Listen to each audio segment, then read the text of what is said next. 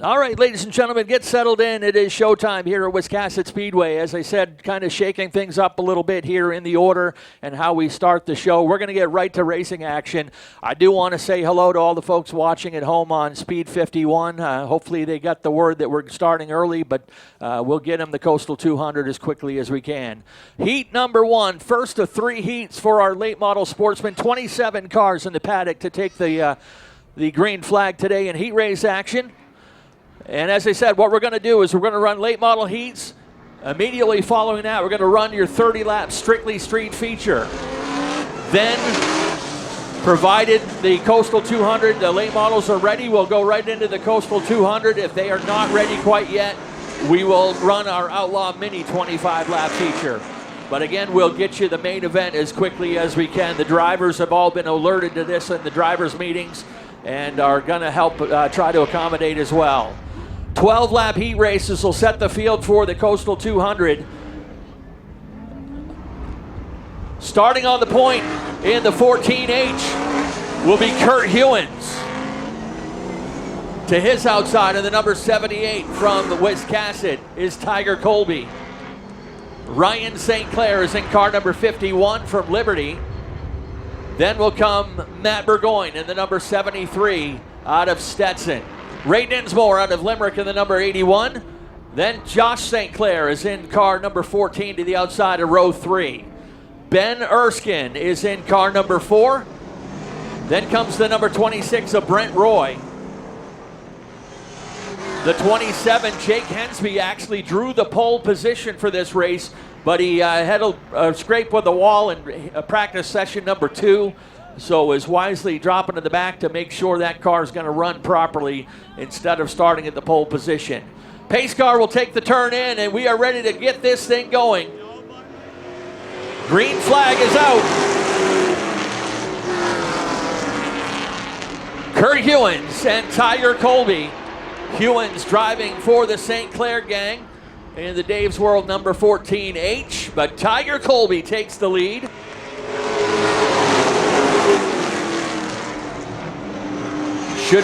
With the cool conditions, should get pretty good track times here today. And Colby quickly sets a 16.17 the first lap. Kurt Hewins in the second spot, then Matt Burgoyne. Then the St. Clair brothers. Big brother Josh on the outside, little brother Ryan on the inside racing for fourth. Josh gets the better of that one, and he'll stay on the outside now, pulling a fender up alongside Matt Burgoyne in the number 73. Colby stretching out his advantage now as a 3-car battle for second. That interval for the 78 car is now up to just a tick under a second. Half straightaway on the backstretch. Josh St. Clair still inching his way up the outside lane. Pulls up alongside his teammate Kurt Hewins and will take over the second spot as they dash down into turn 3. Halfway this time by the stripe.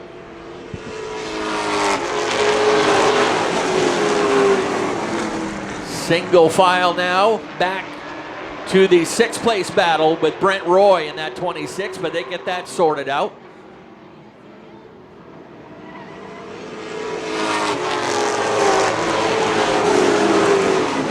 Kurt Hewins starting to drift back in the field. He was up there in a battle for top 3 and is now drifted back into the 6th position. Josh St. Clair in that 14, the fastest on the track right now, in 2nd place. Just turned the fast lap of the race with a 15.70 that last time by.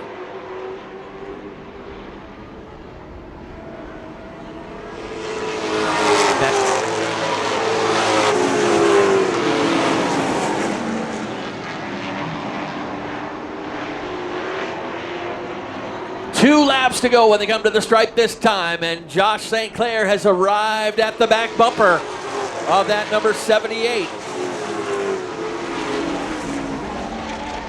Tucked right in behind in the closing laps. They'll have one to go next time by. St. Clair looks to the outside. Colby brings him up high out of turn 4.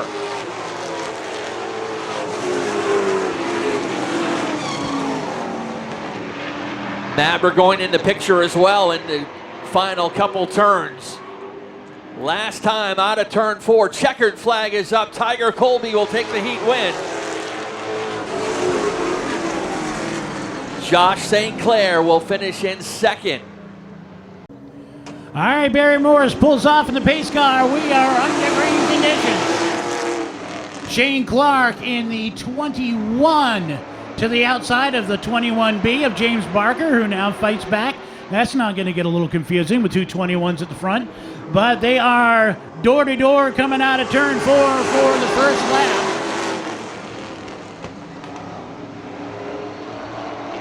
Frank Moulton in the 15M sitting in third. So we have two 21s, then two 15s right behind him. Alex Walsh is your 5th place car right now in the 00.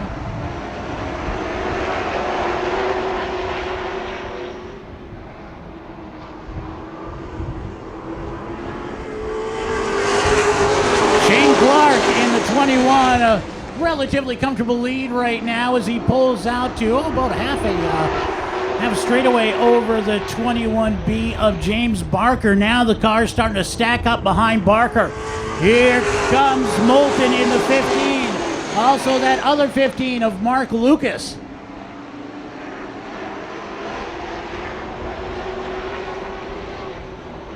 "12-lap heat races for the Coastal 200. Like to make things just a little bit more difficult on these guys. Frank Moulton now on the outside, past Lucas.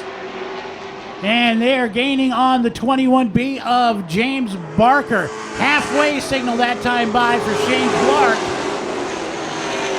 Shane Clark all by himself now with nothing but clear racetrack in front of him.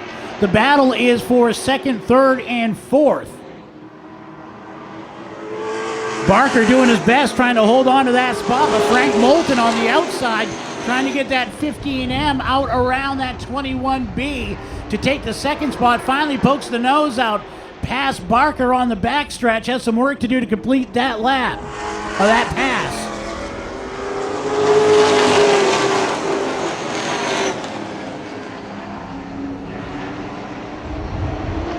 Moulton now trying to put that 21 back into 3rd. Now there's a battle for 4th and 5th as well between the 15 of Lucas and the 47 of Brandon Bailey. So the only car that's broken away is the lead car of Shane Clark. He's got a nice comfortable lead as they give him the 2 to go. Frank Moulton now around into 2nd place. Lucas and Barker battling for 3rd. Lucas sticks a nose out in front of the 21B down the backstretch. Still a lot of work to do with 1 lap to go. And now some contact between Bailey and Barker. And the 21 spins on the front stretch. That's going to put Lucas up into 3rd, and that should be how things finish. Shane Clark, your winner. Moulton 2nd, and Mark Lucas 3rd. Brandon Bailey finishes in 4th, and Will Collins all the way from the back to take the 5th spot. Now with the green flag go Nick Jenkins, and that is Ben Ashline in the 15E. Jenkins into 2nd. 3rd place car is the number 25 of Andrew McLaughlin.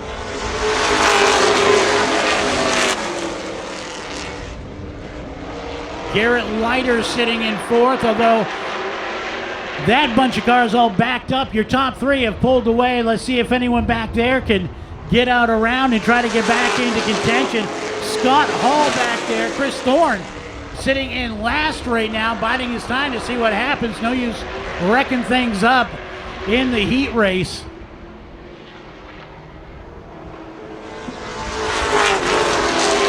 Ashline, Jenkins, and McLaughlin. That is your top 3. Scott Hall now up into 4th. DC Alexander in 5th. And there's Thorny now climbing out around and getting in line. Nick Hinckley is still back there as well. So like I said, there's some guys in this race with a lot of experience here at Wiscasset Speedway.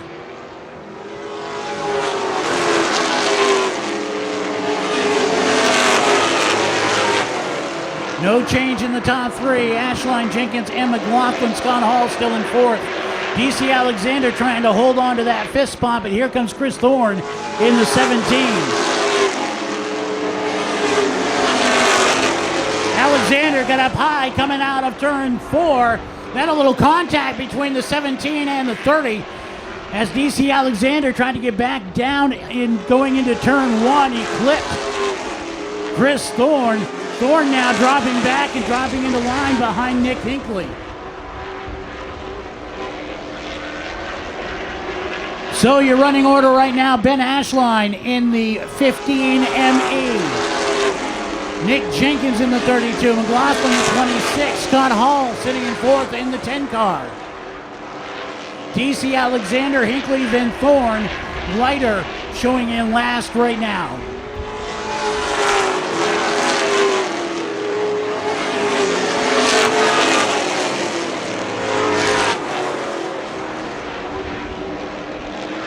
As we head toward lap number 9, it appears Jenkins starting to cut in to that lead a little bit for Ben Ashline.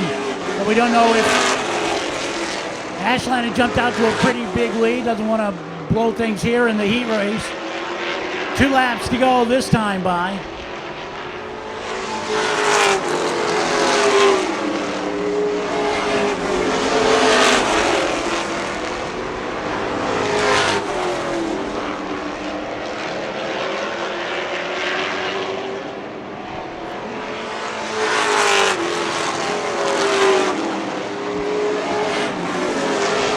White flag flies on Ben Ashline as the 2-time defending champion trying to pick up a win here in the heat race. Little slide out of 4 and checkered slide for Ben Ashline. Nick Jenkins second, McLaughlin third, Scott Hall fourth. And Nick Hinckley will grab 5th place.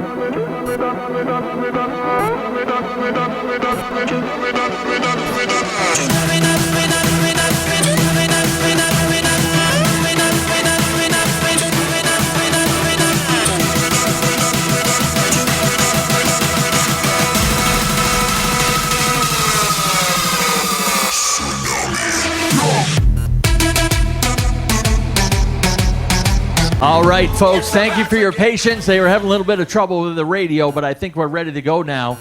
So we're going to let Wendy take care of things this time on the count of three. Wendy, you all ready? Yep. 1, 2, 3. Gentlemen, start your engine. I love that sound. Let's go racing.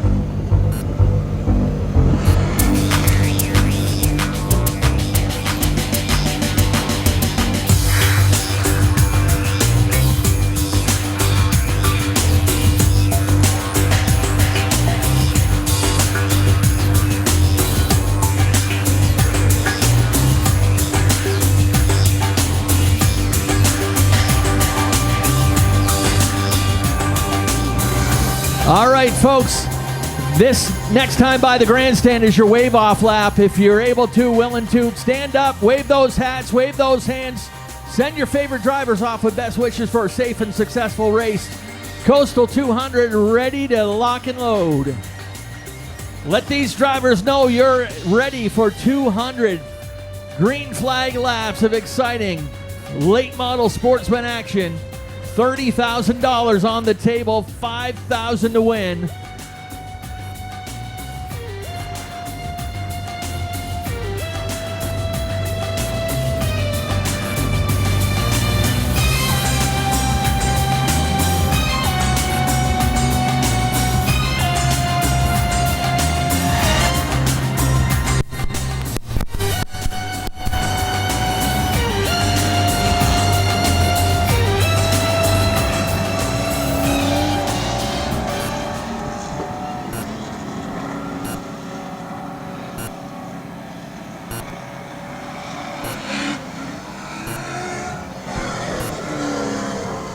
Barry Morris behind the wheel of the Norm's Used Cars Ford Mustang pace car. Flagman Nate Sennett, assisted by Larry Arsenault up on the flag stand, and Wendy York is going to get to wave the green flag to start this one.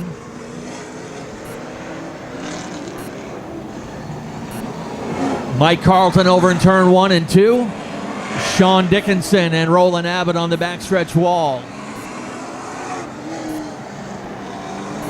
Cynthia Tebbets and Sean Kimball, your race directors for this one.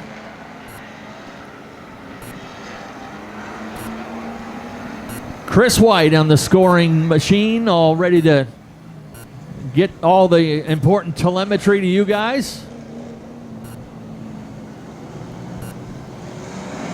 And we got that late day sun that has arrived over the backstretch. Will challenge these drivers as they enter turn 2. 200 green flag laps. Caution laps do not count. Drivers will not lose a lap under caution, but they will be relined in the order that they come back out to the track. This is a 6-tire race, so they do have the option to change 2 tires during this race. That is entirely up to them when and if that's going to happen.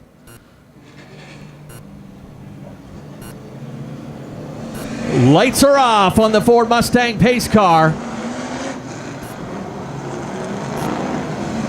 Aw, son, here we go.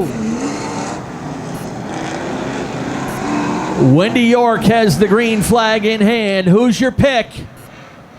Is it somewhere in the top 5 or 6? Is it somebody mid-pack? Is somebody going to make a charge up from the back of the field? Time to place your bets. Pace car coming on in. It is time for the 2021 Coastal 200.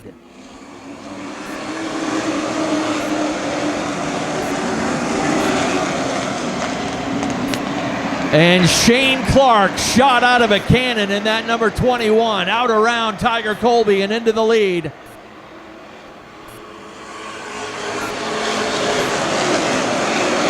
Colby messing with the number 14 of Josh St. Clair now. St. Clair running in third on the outside. Ashline settled into the 4th position with Frank Moulton 5th in the 15.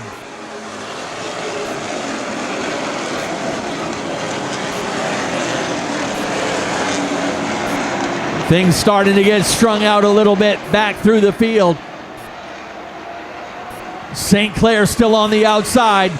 Fades back a little bit. Ashline is there to take over the 3rd position.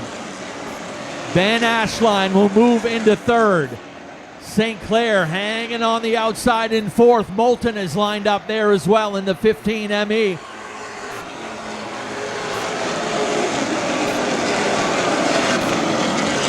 Shane Clark, he was once a runner-up in the Coastal 200. He would love to finally pick up that trophy, setting a strong early pace. 15.81 last time by, 85 mile per hour average around this speedway.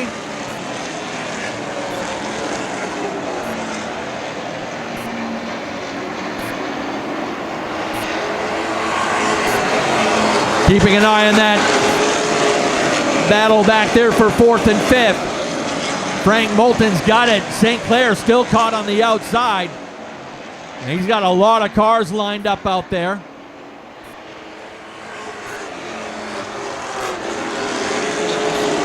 St. Clair finally able to complete the pass. He'll move the 14 car into the 4th position. Then comes Frank Moulton in 5th. Matt Burgoyne 6th behind him. Then Andrew McLaughlin in the 26. Ryan St. Clair in the 51. Mark Lucas and Nick Hinckley fill out your top 5. It's a little smoke out of the 81 of Ray Dinsmore. He's back in the pack.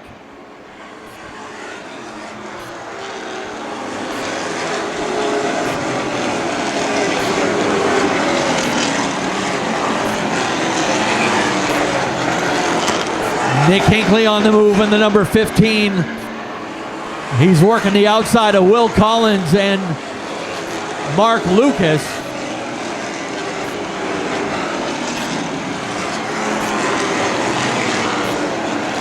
Shane Clark already within a straightaway of the tail end of the field. Just 11 laps into this one.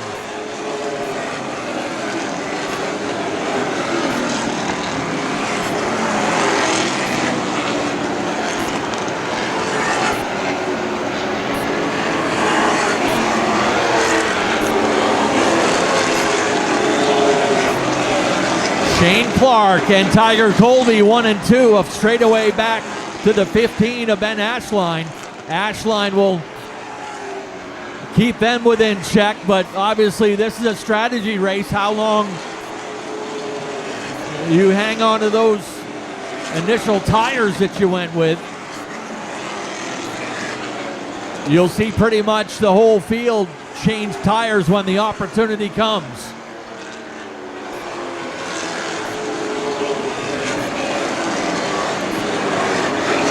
Will Collins locked right in the middle of the pack. He remains in the 11th position, racing with Nick Hinckley. First car to go a lap down will be that number 11.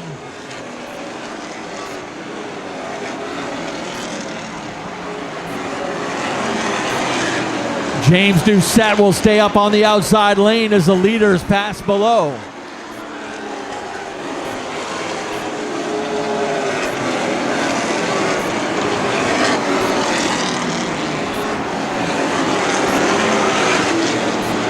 Shane Clark leading now the first 17 laps of the race. Nobody making a big move at this point. Everybody's settling into a good green flag groove.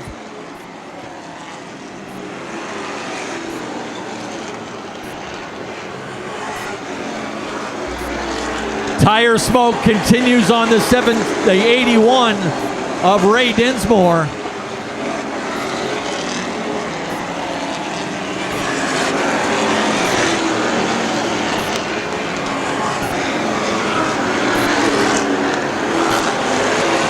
As now Shane Clark starts reeling in that tail end of the pack once again.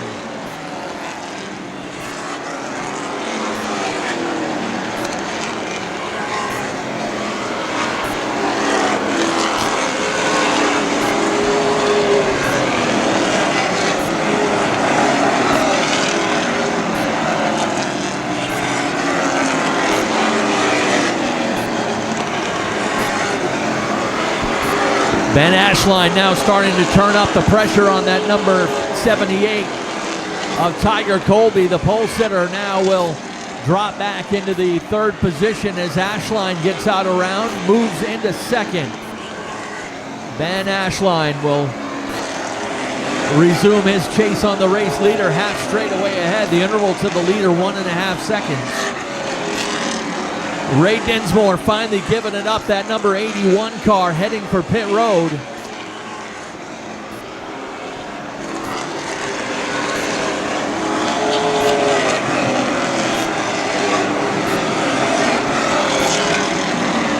Top 5 right now, Shane Clark in the 21, Ben Ashline in the 15 ME. He's within a second and a half still. Then comes Tiger Colby, the pole sitter in the 78. He's 2 seconds behind the leader. Josh St. Clair started fourth. He is in fourth right now. Frank Moulton in the 15M runs in the 5th position. Matt Burgoyne in the number 73 holds down 6th. Andrew McLaughlin is 7th. Ryan St. Clair, Nick Hinckley, and Mark Lucas fill out the top 10 with 25 laps complete. Now 26 as the leaders are now into lap traffic. Got the 24 of Dean Smart and the 20 of Garrett Leiter right in front of the race leader side by side. That is only going to help the 15 of Ben Ashline.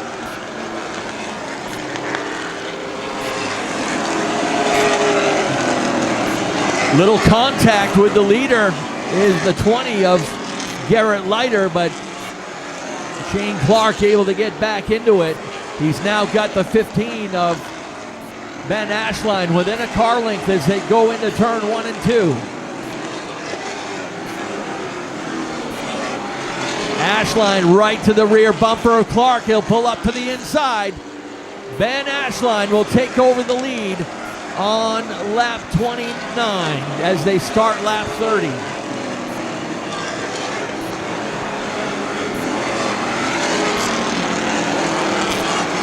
It's Ashline, Clark, and still Tiger Colby in the 3rd spot. Matt Burgoyne has moved up into the 4th position. Andrew McLaughlin 5th. Josh St. Clair has faded back to 7th at this point.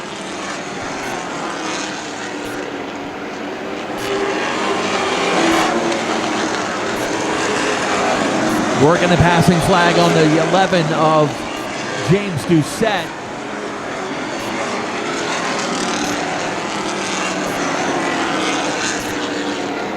Shane Clark caught in behind a lap car right now, the 24 of Dean Smart. He's got room to jump to the outside if he wants it.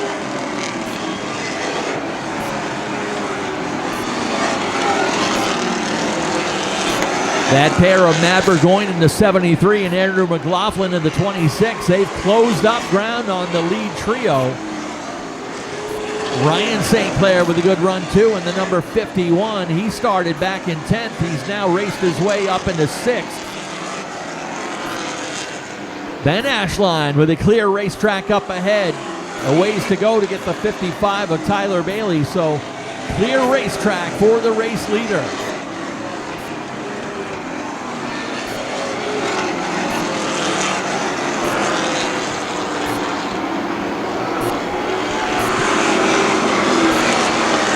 Ben Ashline not looking like he's pushing that number 15 car too hard right now. Just got to keep ahead of the pack. Remains a couple car lengths up on the 21 of Shane Clark. Ashline, the two-time defending Coastal 200 champion. We did not run this race last year due to losing the first two-thirds of the season due to the COVID pandemic. So these guys have been chomping at the bit to get this big race in this season. Ashline was, we got a caution. Car has spun over in turn number 2. That's the 30 of DC Alexander. Will bring out the first caution.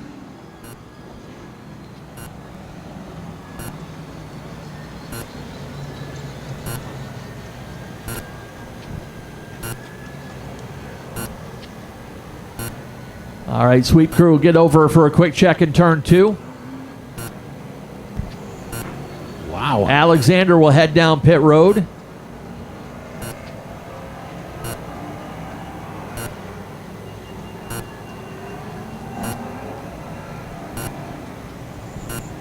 All right, Mike Carlton calling for the cars to run through that little bit of grass kicked up.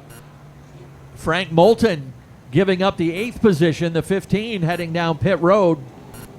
The 47 of Brandon Bailey, he gives up the 13th position. He heads for pit road. And there goes Nick Jenkins in the 32. He had been mired back in 19th, but there goes the 27 of Jake Hensby. He had been back in 22nd. So Nick Jenkins had made up some ground, picking off a few spots, but takes advantage of the time to head down pit road as race control works on getting the lineup all set. We stand at 36 laps complete, the first caution coming out.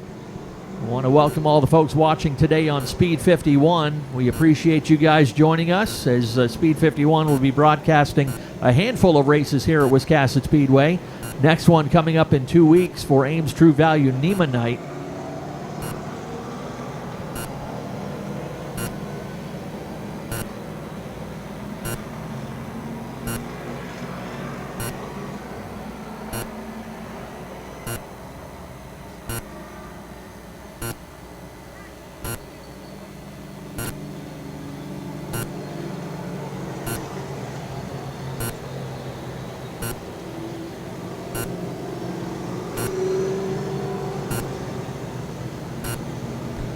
Running him through turn 2 one more time. There goes the 11 car, James Doucette. Looks like Mikey says turn 2 is all set now.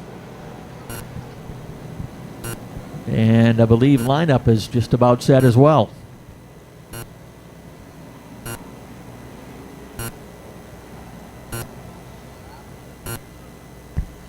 You know, one of the features here at Wiscasset Speedway we are very proud of is our very special Victory Lane, and that is sponsored by Coastal Auto Parts. They are your locally owned and operated Napa automotive parts provider.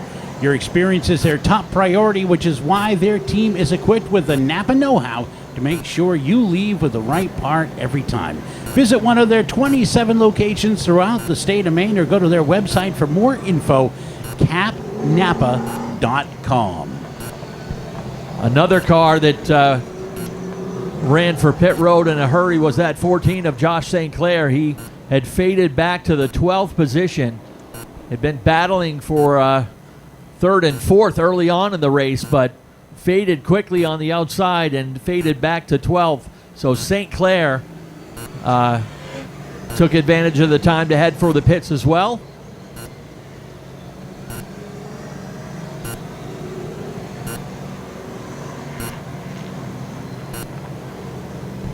All right, lineup is set.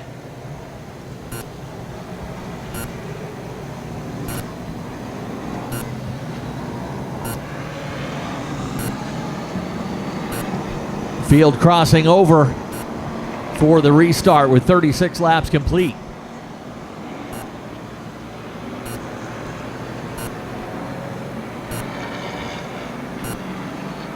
Looks like the 24 of Dean Smart. Dean Smart fading to the back of the field for this restart. Got to give them an extra lap to pair up here before we go lights out, so they'll go lights out on the pace car next time by the stripe.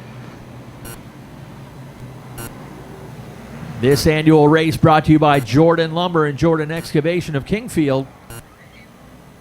And thank you to all our great lap sponsors today, all the folks, the businesses, individuals, and such doing a great job to help fill most of the laps in the race. We had a few left over, but remember there's a $500 bonus going to the leader of halfway.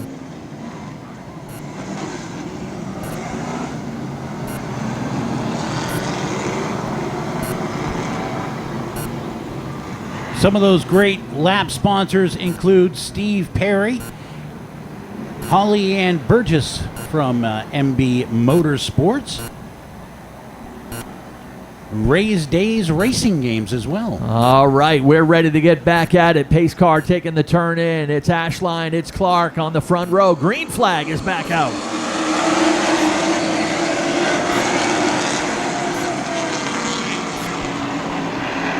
They'll blow off that dust over in turn 2, and everyone's scrambling down to turn 3.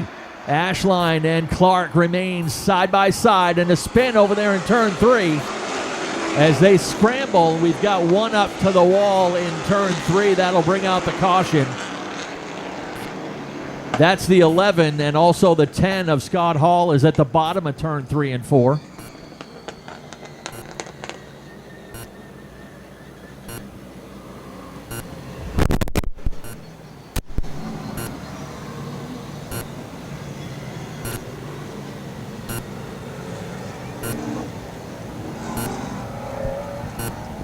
All right, the 10 car looks like it needs a push back on the track. The 11 able to drive away.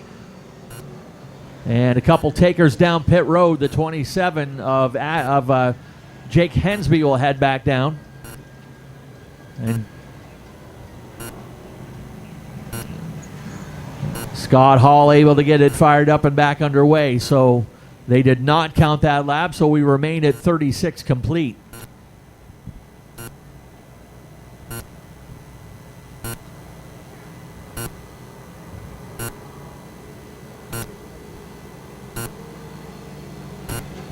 Hensby makes a quick adjustment and he'll head back toward the track.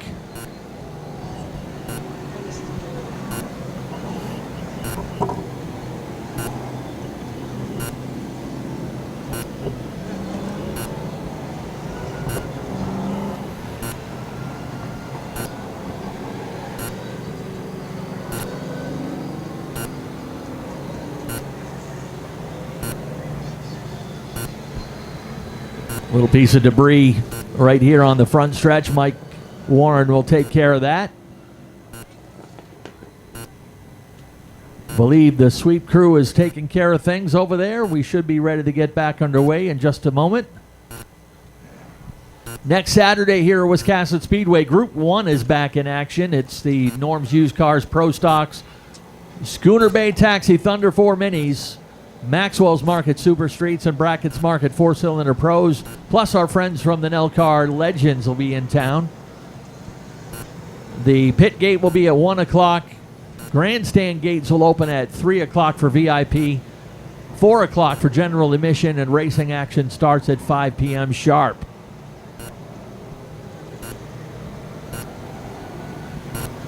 Cleanup is complete. I believe lineup is all set. They're just going to run them through and blow off that dust, dirt. They took care of the rocks. They'll blow the rest off as they pace by the middle of 3 and 4.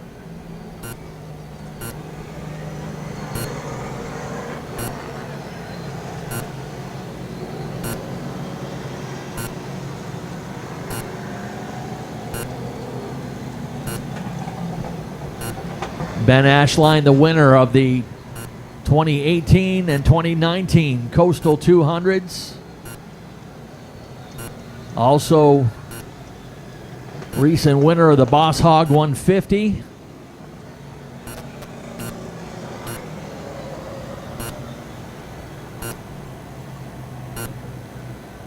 Shane Clark looking good. We had talked a little bit earlier about those drivers that have come close but not quite in this race, and Shane Clark is another one of those you can put on that list, as he has come very close. Third in the Coastal 200 back in 2018. A couple other good finishes as well, but his best being that third place run in 2018. Field crossing over and getting ready to go once again. They'll go lights out next time around, I believe.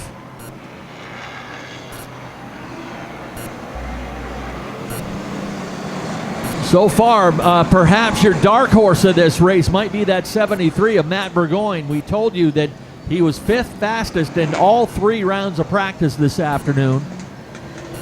Has shown great improvement in his second year in late models. Some of you may remember Matt Burgoyne, a multi-time champion and feature winner in Nelcar Legend action, but he's made the jump up to late models last year and has made leaps and bounds from late last year into this season. So he may be able to sneak in and grab a podium finish today in that 73. Another one on the move, the 15 of Nick Hinckley. He has quietly worked his way up into the 7th position. That 20 car of Garrett Leiter is a lap down. We will be pulling lap cars out of the lineup on the final 20 laps of the race, should we have a restart inside the final 20. Ashline and Clark line it up once again for the restart. They'll go on Nate Sennett's green flag. Clark got a good jump. A little scramble back behind the front 6, but everyone's settling down now. 15 of Ben Ashline back in charge. Clark looking for a place to get in line, but can't. Tiger Colby is back in there in the number 78.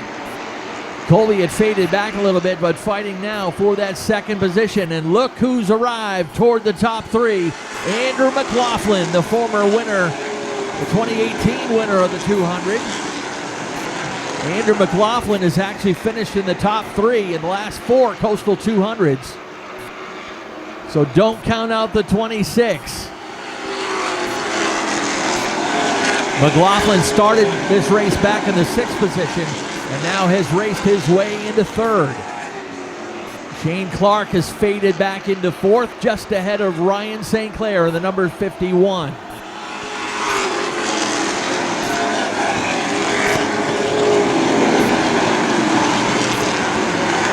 Chris Thorne, keep an eye on that 17. He's got a spin over there in turn 2.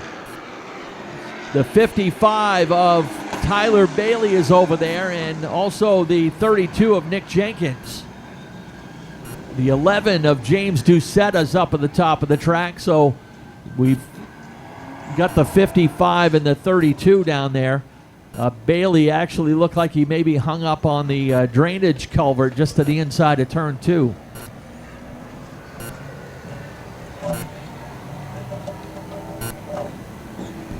"40 laps complete.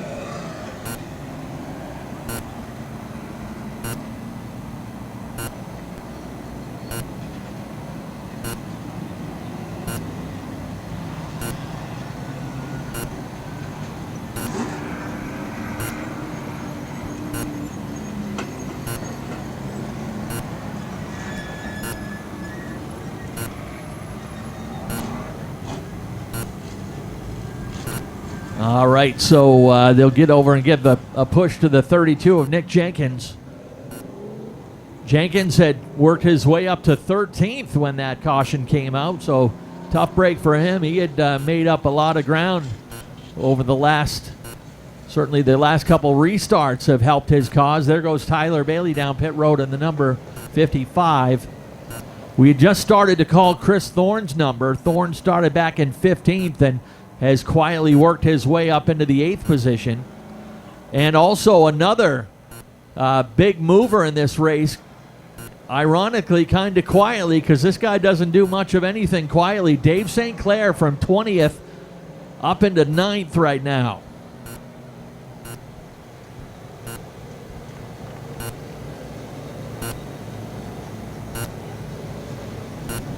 Well, they thought they were going to be able to push him, but I guess something's broke on the 32 of Nick Jenkins, so...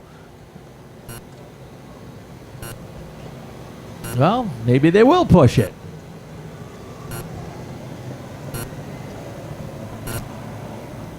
Can push him all the way to the pit if he needs it. So unofficial top 10 right now, you've got Ben Ashline, your leader, then Tiger Colby second in the 78, Andrew McLaughlin third in the number 26. Shane Clark in the 21 runs fourth. Then Ryan St. Clair in the number 51. It runs fifth. Your next five are Matt Burgoyne in the 73 running sixth. Nick Hinckley holds down seventh in the number 15. Chris Thorne is running in eighth right now in the number 17. Dave St. Clair, as we mentioned, from 20th up to 9th. He holds the 9th position. And Mark Lucas is in the number 15 Al. He holds down the 10th position for this next restart. 40 laps complete.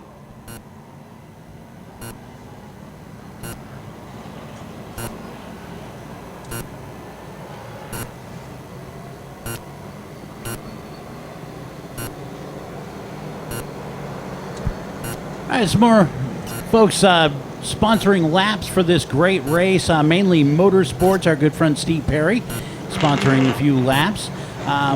We have a lap sponsored in the memory of George Silva, Freedom Auto Care in Booth Bay, also Maine Coast Painting and Restoration, Brown's Trucking, the Burgess Family Racing Group, Chasing the Checkered, Finish the Race, Keep the Faith. Steve Clements is sponsoring a lap. Dale Reno Construction, Molten Motorsports, all kinds of great folks sponsoring 25 laps, $25 a lap, and the money goes to the purse for the race. And, of course, the big halfway prize. And I do need to apologize to our friends watching on Speed 51. Early on in the race, I've got a sliding window here in front of me, and I sometimes like to have the window open so I can hear the action out there, but it was so loud out there, the folks on Speed 51 couldn't hear us. So we've closed the windows, not quite used to it, so... we can't hear ourselves. That's all right.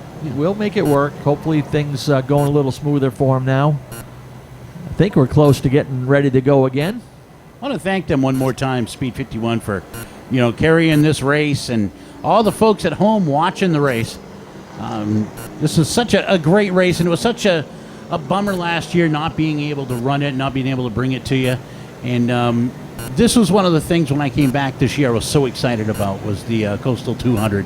It's always one of the best races of the year.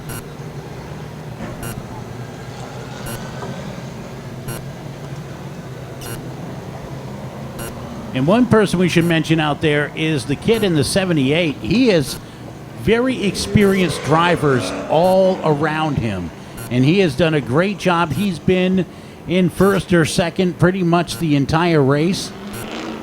He lost the lead right off the first green to Shane Clark, but he's held right there. So the kid in the 78 doing a really good job today. All right. Brandon Bailey in the 47 stopping and letting track official Mike Carlton know. He says there's a bolt on the track over in turn 4, so just going to get the guys over there real quick to check for that. Then we should be ready to go racing. The lineup is correct. We are actually just about to cross and go, but Obviously, we don't want a bolt sitting in the middle of the groove because that could be that's not good. Yeah, not good for the old tires. One of these cars starts spinning around, you'll be absolutely certain that it was just found.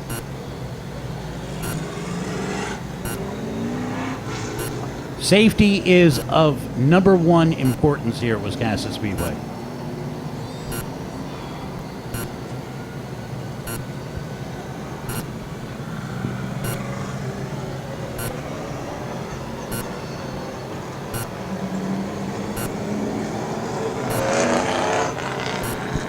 Ben Ashline trying to do some bump drafting with our pace car driver.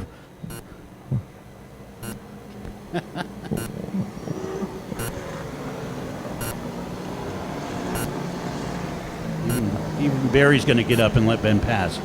I tell you what, sometimes a lot of what goes on social media kind of makes you cringe and get a little frustrated, but it was fun watching the banter go back and forth between Josh St. Clair and Ben Ashline leading up to this race. As I said, newly found best friends. These guys are having a great time. Lighthearted, fun smack talk about this upcoming race, and I came very close to introducing them together as a pair when we did driver intros, so let them walk up into victory lane hand in hand. All right, cars crossing over. We're going to go lights out next time around. What a group of drivers up there at the front, though. Yikes. Oh, scoreboard is getting a little funky. But the good news is we are about to have another beautiful Wiscasset sunset. And then the sun will no longer be in our eyes, Ken. That's correct. We'll be able to see the other side of the track. We've pretty much been making it up. All right, lights off on the pace car this time by.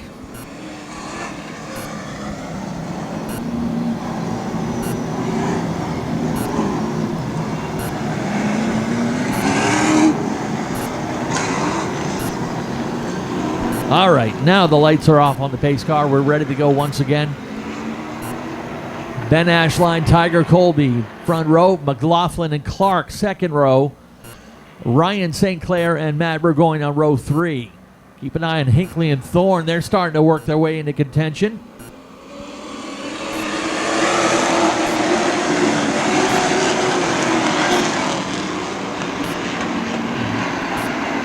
Tiger Colby with a little problem. That's going to scramble things on the outside lane. Oh, that was close. Matt Burgoyne and Shane Clark, boy, they had to get on the binders, and that was a close call for everyone on the backstretch. Tiger Colby settles the 78 car down into third.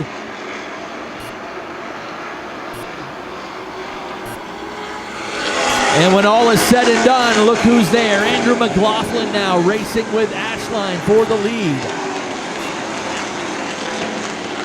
The cream starting to rise toward the top of this one.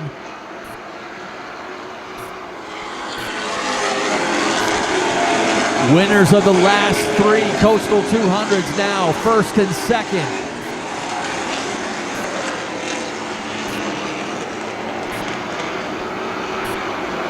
Ashline drifting up wide. He keeps showing the bottom side of the track to McLaughlin.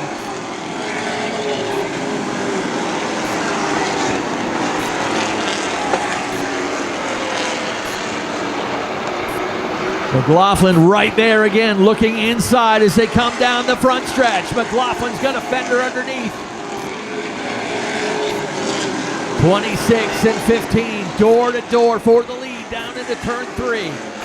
Andrew McLaughlin's got the preferred real estate, but Ashline pedaling hard on the outside. 5/1000th of a second, the interval at the line. Ashline remains in the lead. Colby really loose right behind him. He's sticking with that lead pair though. Now McLaughlin, eyeball set. McLaughlin had it. Ashline has it on the scoreboard by 4/1000th.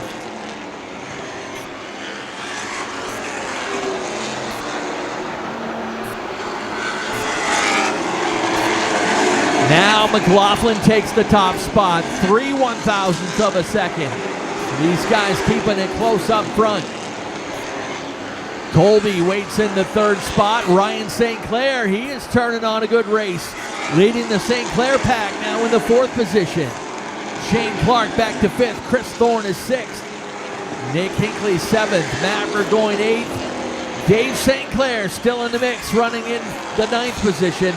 And Alex Waltz in the 00 holds down 10th.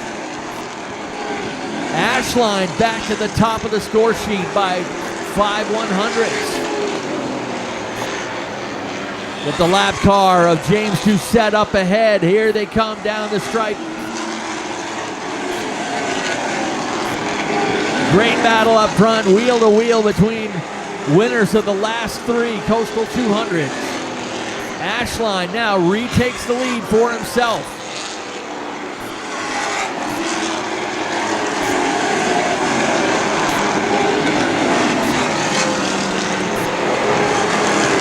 And this track will start to change for these drivers as we go from sunlight to sunset. This track will start cooling off. The grip will get a little bit better. McLaughlin knows he's got something for Ashline. Now going to put that in his pocket and ride behind him for the next few laps.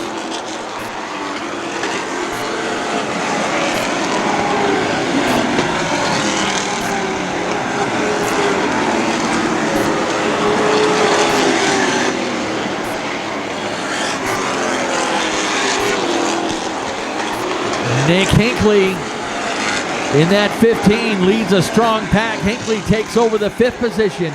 Chris Thorne right there with him. Shane Clark continuing to drift back a little bit. Clark's now back in seventh.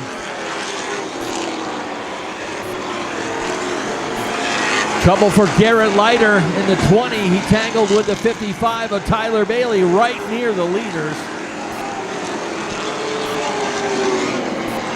Larry Arsenault still working that passing flag. Tyler Bailey's going to head for pit road. 55 runs down pit road. He'll drop out.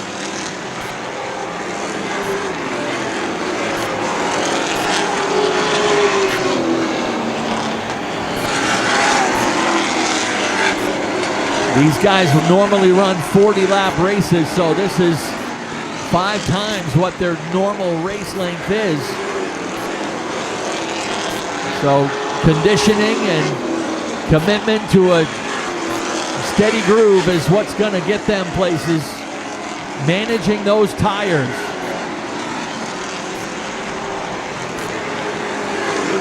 Dave St. Clair is up another spot. The 14 car now up into 8th. Now, some of you may remember 5 years ago, Dave St. Clair ran the Coastal 200. Ran all 200 laps on one set of tires and finished 5th.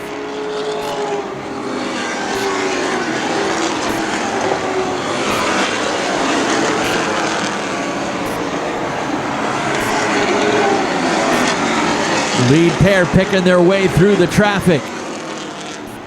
Tiger Colby now has a mirror full of the 51 of Ryan St. Clair. St. Clair looking to crack the top 3. And Nick Hinckley now arriving on the scene as well in the number 15.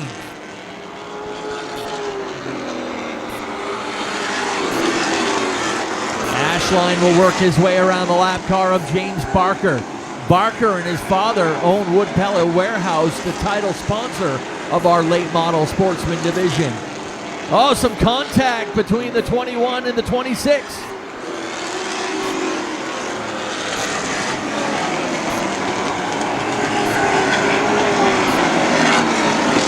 Lead pair are now a full straightaway ahead of that third place car of Tiger Colby. And he's got a line of cars right behind him. Barker and Brandon Bailey get together coming onto the front stretch. Again, right near the lead pack of cars. Brandon Bailey may have a tire going down. Maybe not. He gets it back up to speed.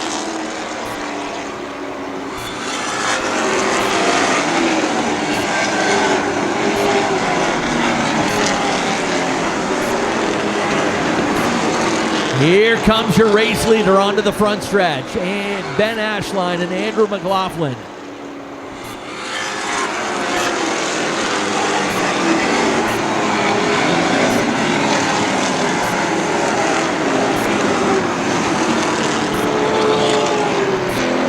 Some open racetrack ahead for the lead pair.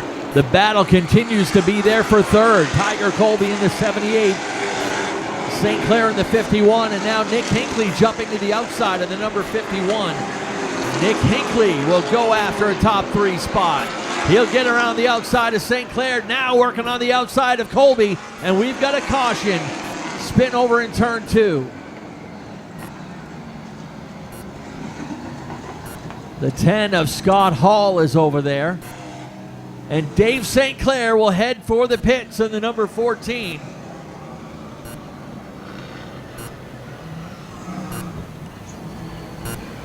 St. Clair had faded back a little bit.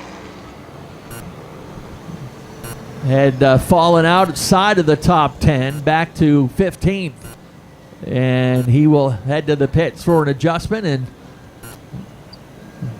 we'll see if he comes out with some fresh tires.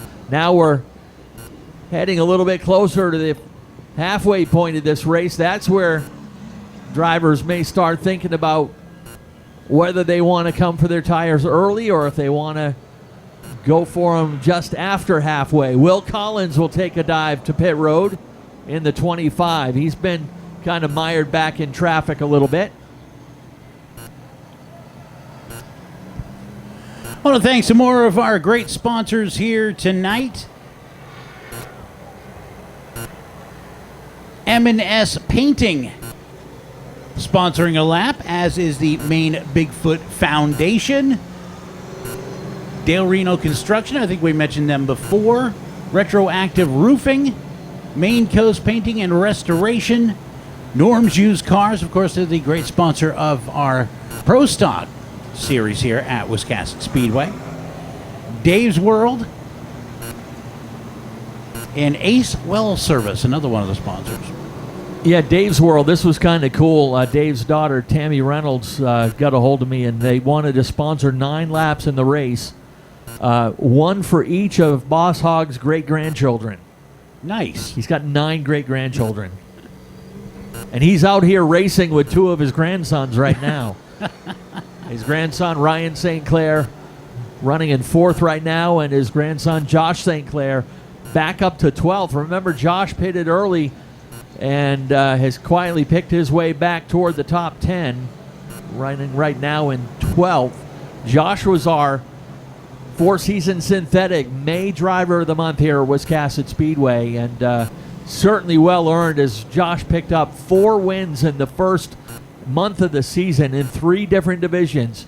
2-time Pro Stock winner, 1 win in the late model Sportsman on opening day, and also a win in Strictly Street competition. So, and a great representation of the best of Wiscasset Speedway outside of the car as well. And one of the best acceptance speeches I've ever heard here at Wiscasset Speedway. Yeah, very emotional acceptance Very. speech for him. He kept it no secret. He has had his own personal struggles and demons, but has done an admirable job of turning his life around, and the dividends are paying off on the track and off the track as well. So a well-earned honor for Josh St. Clair. Ashline still your leader, but McLaughlin has hounded him for much of the last green flag run. Tiger Colby still hanging in there in the 3rd spot. Ryan St. Clair solid in 4th. Nick Hinckley, one of your big movers in the 15 car. Hinckley started back in 12th, is now racing on this restart in 5th. Matt Burgoyne hanging around there as well. He runs 6th in the number 73. Chris Thorne. Thorne started back in 15th. He restarts in 7th. Uh-oh, problems for Ryan St. Clair. Your 4th place car, they said it sounded like it was shutting down on the backstretch. They did have to make a carburetor change earlier on this afternoon.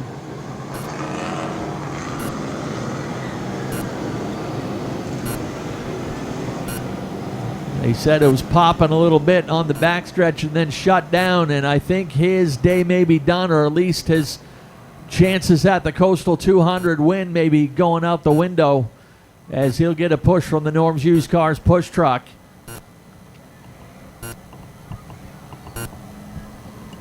"68 laps complete."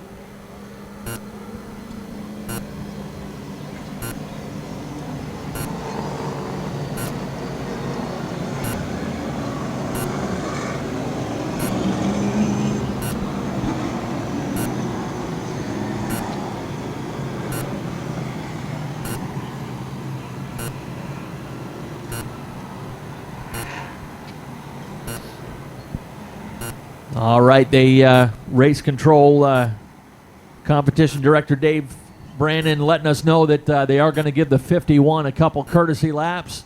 They insist it may be a quick fix. They're going to give them a couple laps.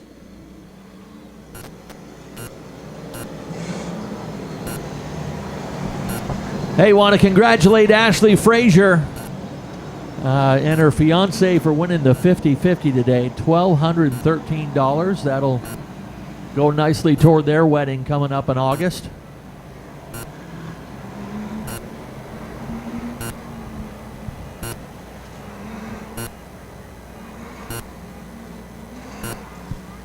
So everybody moves up from fourth position on. Nick Hinckley will inherit the fourth position, Burgoyne fifth, Thorne sixth, Shane Clark seventh, Alex Waltz in the 00 eighth, Kurt Hewins ninth, and DC Alexander in the 30A. He's another one who had some early troubles and has quietly picked his way back up into the pack. He runs in the 10th position right now.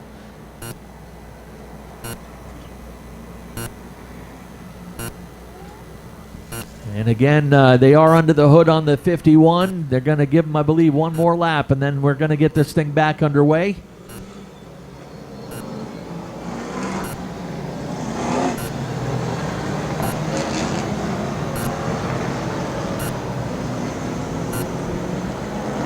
All right, it doesn't look like it's going to be quite the quick fix that they had hoped. We're going to go lights out next time by the stripe and get this thing back underway. And the sun has disappeared back behind the backstretch. As Matt said, should get a nice sunset in the backdrop of this big race as we near our way toward halfway. $500 sitting on the table for the leader of this one at the completion of lap 100.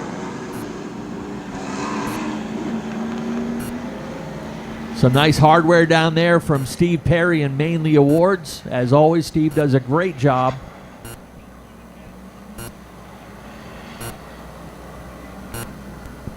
Pace car taking the turn in. Here we go once again. Ashline and McLaughlin.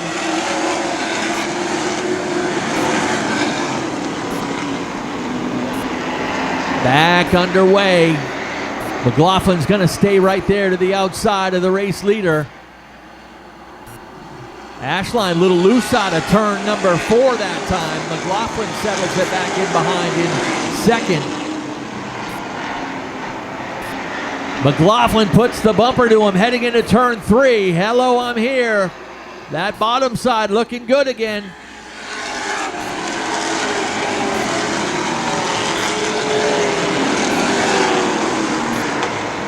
Colby still strong in the 78. Remember, he won the first heat. Started from the pole position. And Matt Burgoyne told you to keep an eye on that 73. He may be the dark horse of the race. He holds down 4th with outside pole sitter Shane Clark now back up into the 5th position. Kurt Hewins now the top St. Clair car, and we've got a new leader on lap 72. Andrew McLaughlin retakes the lead from Ben Ashline.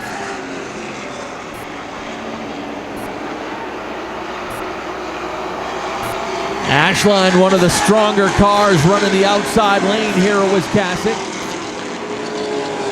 Another car caught on the outside and now starting to fade back is that 15 of Nick Hinckley. Hinckley restarted 4th, but now he's back to 9th and still falling.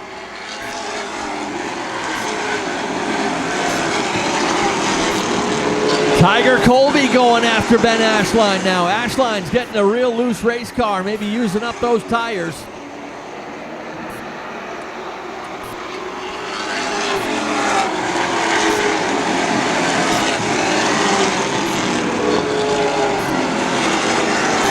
How about Kurt Hewins in the number 14H? Hewins in the mix running 6th, and Josh St. Clair continues to pick his way toward the front.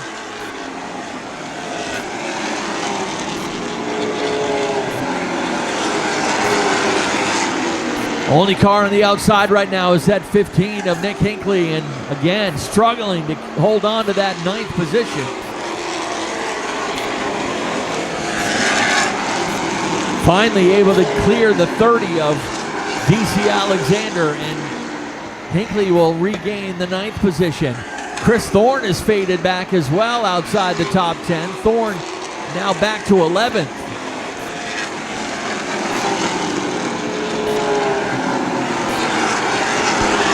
John Curtis, please go to the souvenir booth. John Curtis. Yep, John Curtis to the souvenir booth. John Curtis.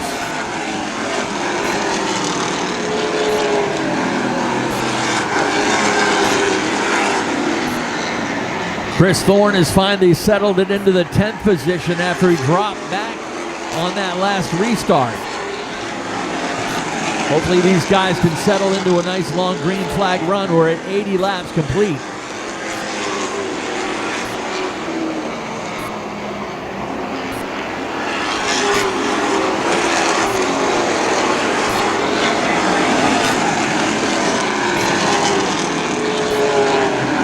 Andrew McLaughlin and Ben Ashline, the class of the field to this point, pulling away from that 3rd place car of Tiger Colby. Colby had a shot at 2nd a little bit earlier, about 10 laps ago, but now it's started to fade back a little bit. Ashline cooling his tires off, will ride in the tire tracks of Andrew McLaughlin. I'd be willing to bet next caution you'll see more of the leaders heading for the pits to take tires.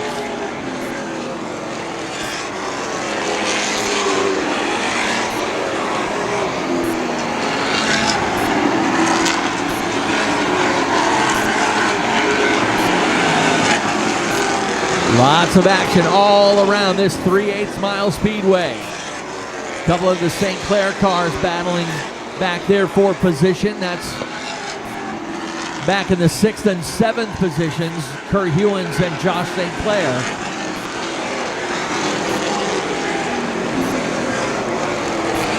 Nick Jenkins starting to race his way back into the mix. Jenkins in the 32 car, now up to the 12th position.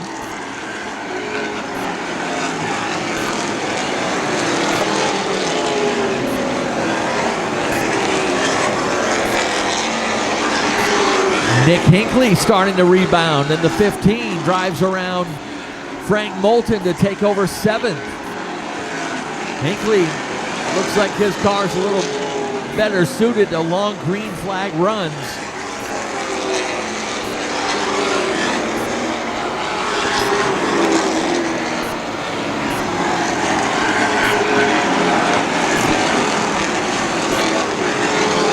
Ben Ashline back in charge of this one.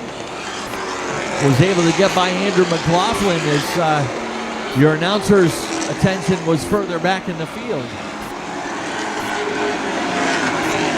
Ken Minen alongside Matt Fake up here in the booth calling the action today for the Coastal 200.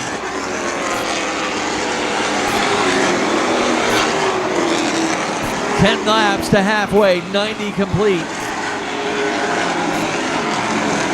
3 wide over into the turn. Close call for Hinckley as Josh St. Clair and Kurt Hewins tangled. Hinckley nearly went for a ride up to the top of turn 1. That was close.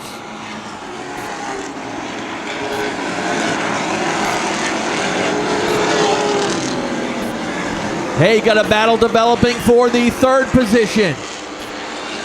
The 78 of Tiger Colby trying to hold off Matt Burgoyne. They'll tangle going into turn 1.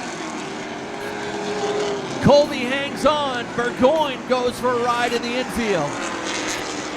That battle for third had really heated up. And Burgoyne ends up paying the price. He drops like a stone deep into the middle of the field. But Burgoyne will stay on the lead lap. Here comes Josh St. Clair. He's in the top 5, able to get by Shane Clark. Put the 14 car into fourth, that is. Fourth place for the number 14 of Josh St. Clair.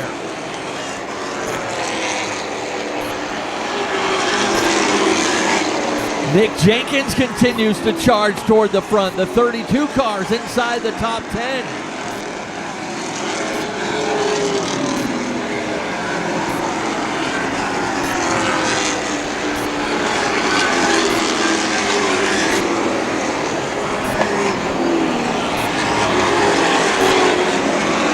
Good long green flag groove here for the late model Sportsman.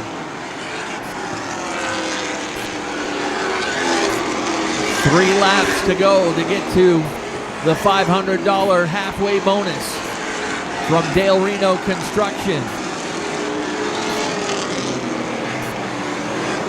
But they want to add another 0 on that and make a $5,000 payout for the win today. That's the big prize.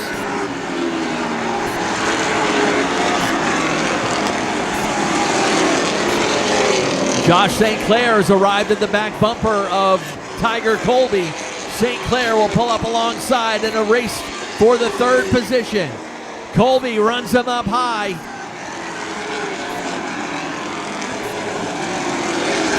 Out of turn 4, halfway for Ben Ashline. He'll get the $500 halfway leader bonus.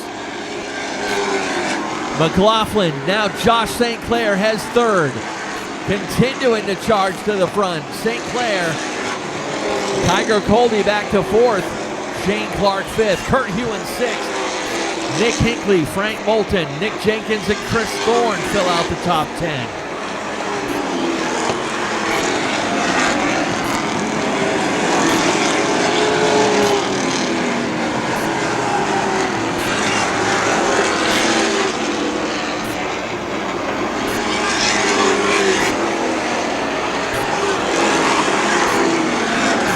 Fastest on the track right now is that number 14 of Josh St. Clair.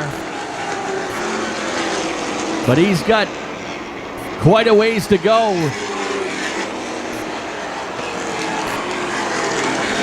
St. Clair is 6.5 seconds behind the lead pair.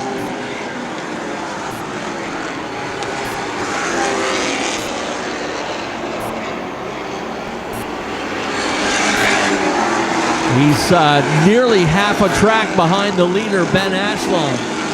But Ashline starting to get into some faster traffic to try to knock a lap down. Next car in his sights will be the 25 of Will Collins, who currently runs in the 17th position.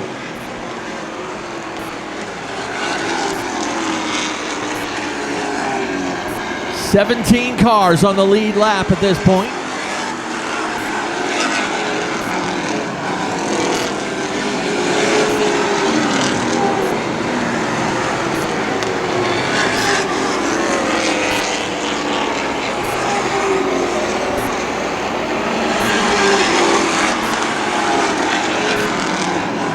Josh St. Clair finally gets himself free of some of that lap traffic and has some open racetrack up ahead to try to chase down that lead pair. Would certainly love to see them get tangled up into some lap traffic to be able to reel them in. He's nearly 7 seconds behind the lead pair now. 109 laps complete.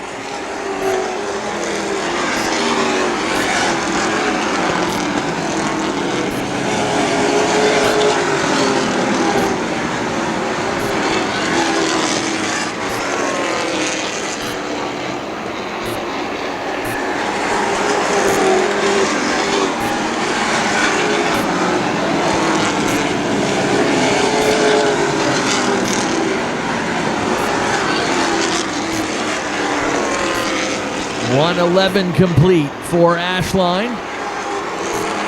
Starting to stretch out that advantage now to nearly 0.8 of a second. But there's that line of traffic up ahead of him. The next one is former champion Will Collins. Collins was fast in the first 2 rounds of practice, but is fighting now to stay on the lead lap in 17th position.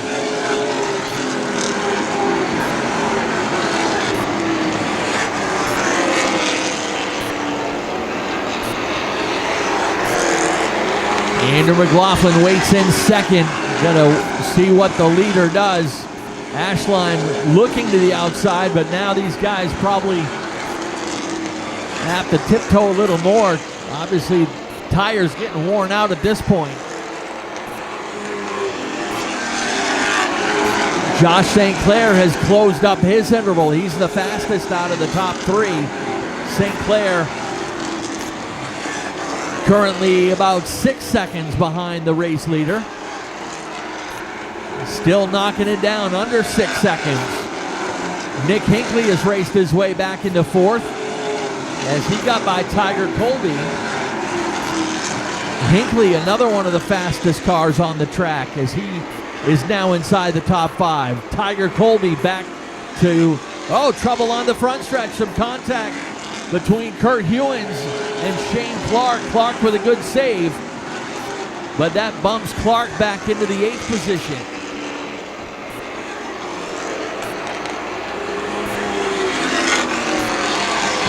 Ashline now putting some heavy hitters a lap down. Matt Burgoyne was up in the top 5, top 6 for much of the race. Now he finds himself a lap down.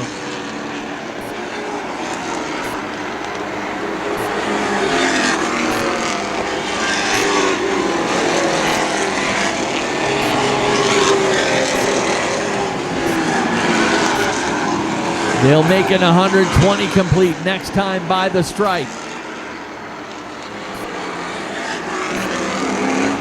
Problems for Brent Roy. He spins up to the top of turn 1.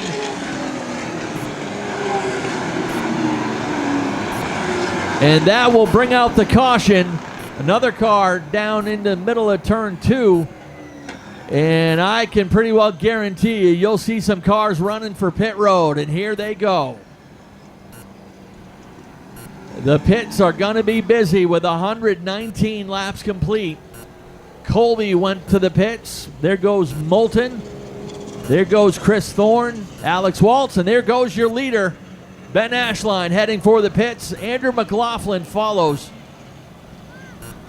This reminds me of the 200 from a couple years ago where we had a caution and everybody, I think we had 1 car left on the track. But you knew this was happening after that long green flag run, that there would be wholesale pit stops coming up on the next caution flag. And you wonder now, at 119 laps, I think they would have liked to have seen that caution about 15 laps ago. Yeah, Josh St. Clair heading for the pits, and I think we may end up with just 1 or 2 cars left. Boss Hogg, he's staying out there. Well, he ran, like you said, the whole race a few years ago on 4 tires. When you asked him why he didn't change tires, well, no one told me to. Yep, as a matter of fact, Boss Hogg has inherited the lead of the race. When everyone went for the pits, I believe that is where he is. There's so many guys that went. I just want to make sure I get my information right for you. We go back to 119 complete, and Dave St. Clair's the only lead lap car that's left on the track, so Dave will take the restart as your race leader. James Barker, he is 4 laps down. Ben Ashline back on the track, so Ashline will reline second.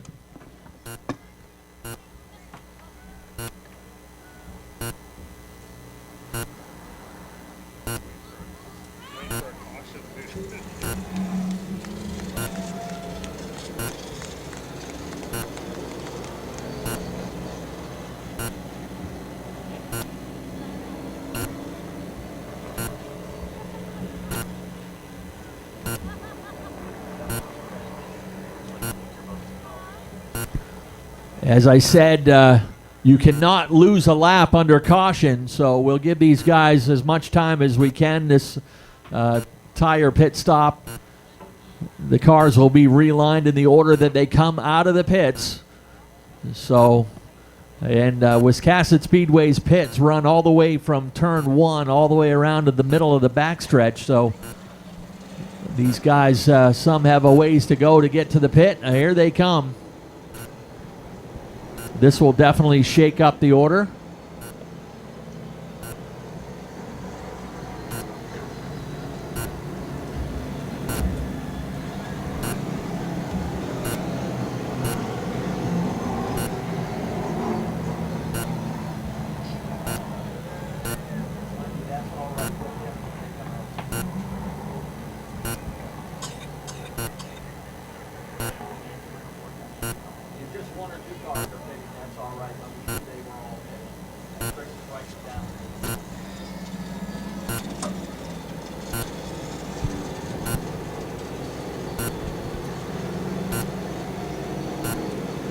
So your lead lap cars on this restart, as we mentioned, the 14 of Dave St. Clair, the 15 of Ben Ashline will line up second. Nick Hinckley will line up third in the number 15. Andrew McLaughlin will be fourth in the number 26. Kurt Hewins fifth in the number 14H. Sixth to Tiger Colby in the number 78. Seventh to the number 14 of Josh St. Clair. Eighth will be the 17 of Chris Thorne. Ninth, the 21 of Shane Clark. And 10th, the 15 of Mark Lucas.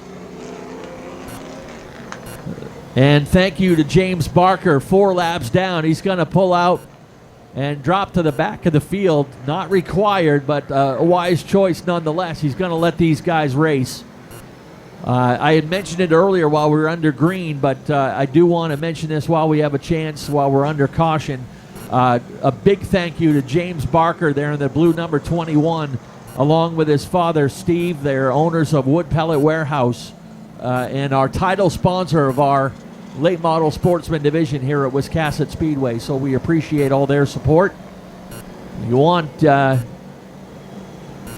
If you have a pellet burning stove, I know we're heading toward the depths of summer, but they can bring the pellets anytime. So Yeah, they'll store them for you. they'll store them for you. They'll deliver them. Actually, if you're like me and you have a wood pellet smoker, they can set you up there too. They got a whole line of flavored smoking pellets for your smoker. What's your favorite? I do a lot of applewood. Oh yeah, yeah. Applewood with pork. Yes, sir. Yeah. I know food, So- my friend. You can reach them by finding our website, WiscassetSpeedway.com. Look for the Wood Pellet Warehouse logo. Click on that, and that will take you to their website where they, as I said, will bring you the pellets. Think we're all set. We got the cars on the track now. We're going to cross them over.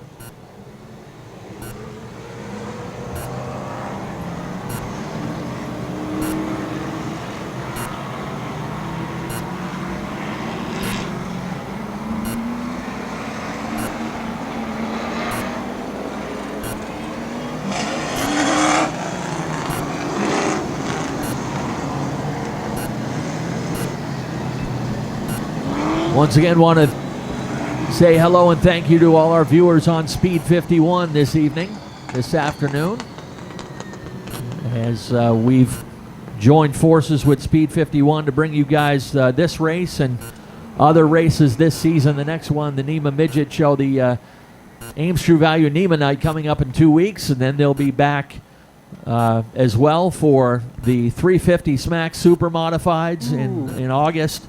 The MRS Modified Racing Series in the end of July. Ground Pounders, the real modifieds. MRS Modified Racing Series making their first appearance here at Wiscasset Speedway in 13 years, coming up the end of July. I think they will be surprised. And then the big race, Labor Day weekend, the annual Boss Hog 150. Our friends from the Exit Realty Pro Trucks will be back that day as well. So lots of action coming at you, and lots of action right here. St. Clair and Ashline. Green flag, and we're back underway.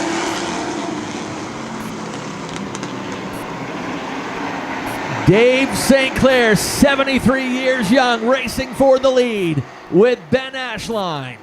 Ashline out around and into the lead.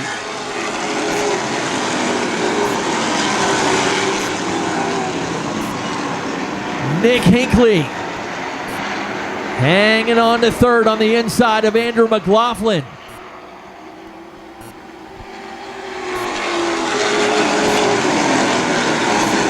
Side by side they go for third place. Hinckley's car, as we said, has been a little bit stronger on the long green flag runs, but he's racing wheel to wheel for third place with Andrew McLaughlin.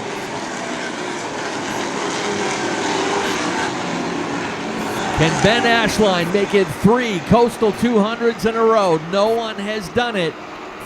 There's been a couple back-to-back winners. Scott Chabak did it back in 2001 and 2002. Ashline did it in 2018 and 2019. Jim McCallum's also been a two-time winner of the Coastal 200. Actually, it was the Coastal 150 back when he won it.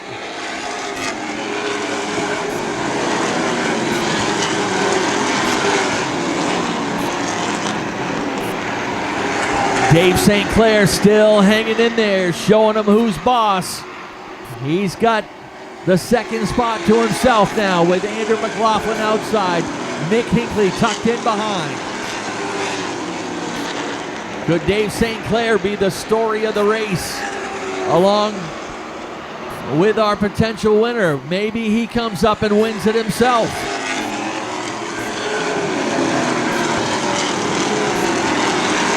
126 laps complete. They'll make it 127 next time by the stripe.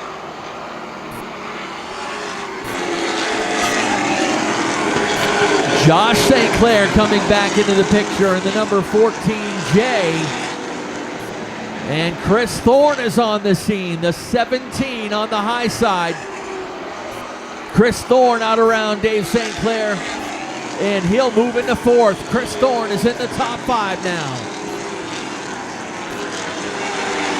You've got the winners of the last 4 Coastal 200s up in the top 4 positions.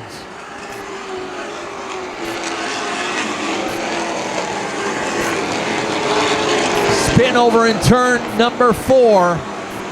Looks like that may be DC Alexander in the 30. That caution will come out with, well, let me see, 129 complete.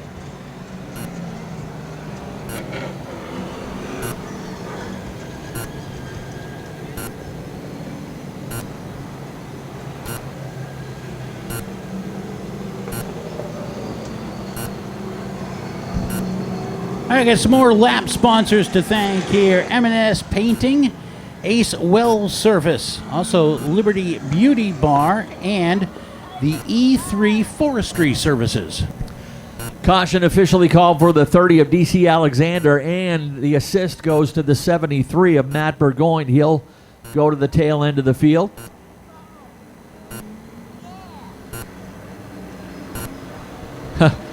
Josh St. Clair pulling up alongside and say, Gramps, how you doing? That is going to be a thrill right there for those guys. Matter of fact, they will start side by side on row number 3 on this restart.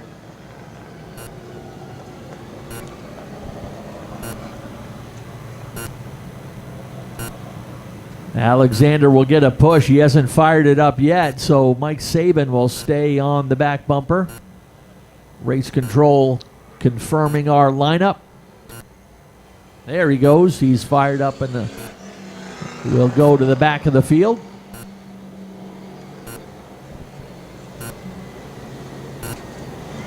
So after the dust settles on that round of pit stops, after a few laps, Ben Ashline and Andrew McLaughlin back at the top. But as I said, the cream's starting to rise to the top. Two-time defending Pro Stock champion Nick Hinckley now finds himself in third for this restart. And Mr. Five-time, our version of Iceman, Chris Thorne, runs in the fourth position for this restart. He would love to add a second Coastal 200 victory to his resume.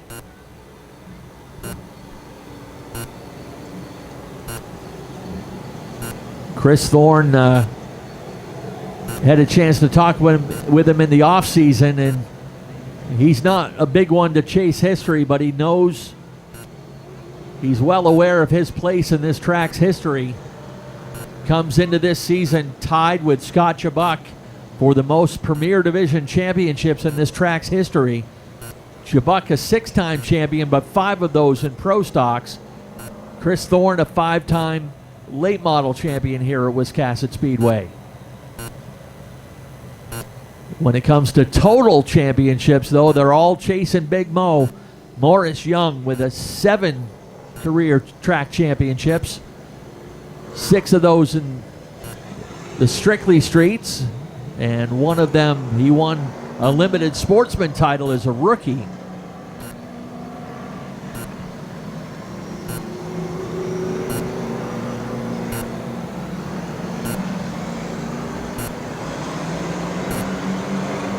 All right, crossing the field over, ready to get back underway.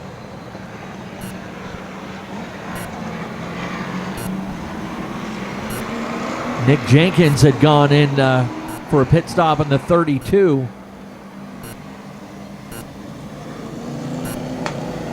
"71 laps to go here in the 2021 Coastal 200.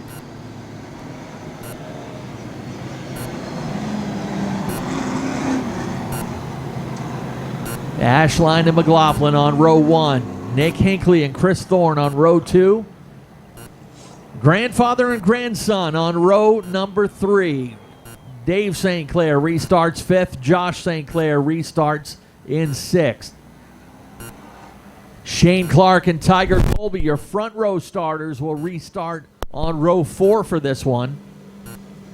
And row 5, well, somebody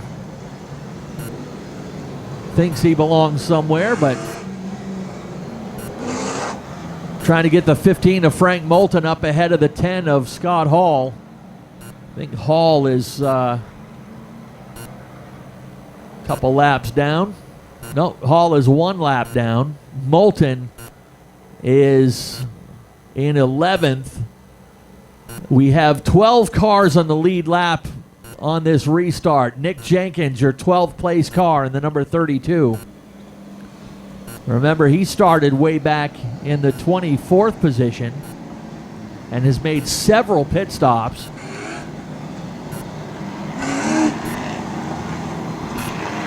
"12 cars on the lead lap. We have 5 more cars that are 1 lap down. Those include the 30 of Alexander, the 10 of Hall, the 25 of Collins, 73 of Burgoyne, and the 26R of Brent Roy, all 1 lap down. Positions 13 through 17.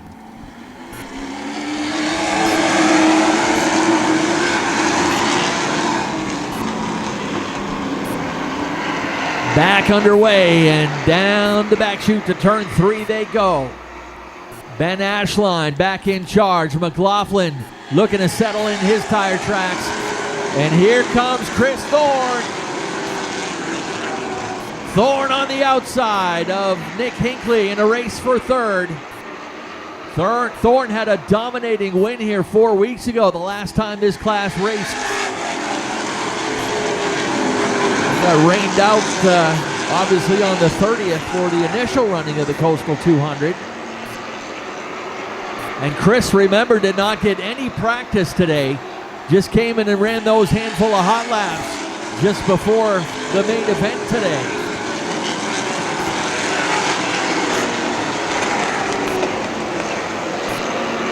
Thorne trying to hang on to that spot with the 14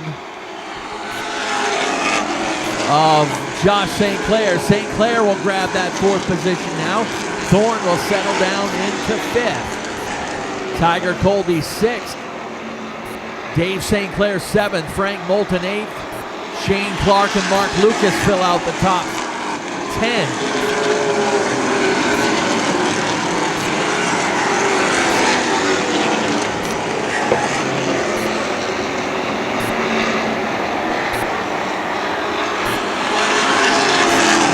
These leaders, that pit stop you had at 119 complete was the only one you'll see out of those leaders. We got a car running through the infield once again. It's DC Alexander in the 30. Kicks up a lot of dirt over there in turn 1 and 2, but they're going to keep them green.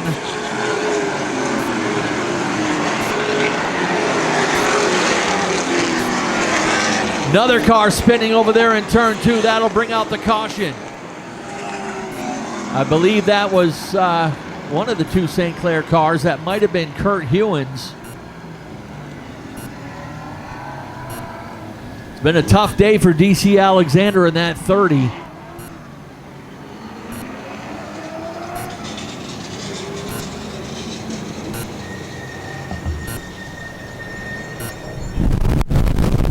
The boss, Dave St. Clair, spinning over there in turn 2.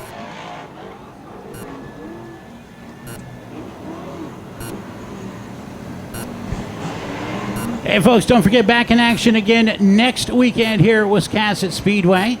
Group 1 will be here. That'll include, of course, the Pro Stocks, 4-cylinder Pros, Outlaw Minis, and the Super Streets, who've been had a few great races in a row. So we look forward to seeing you here next weekend.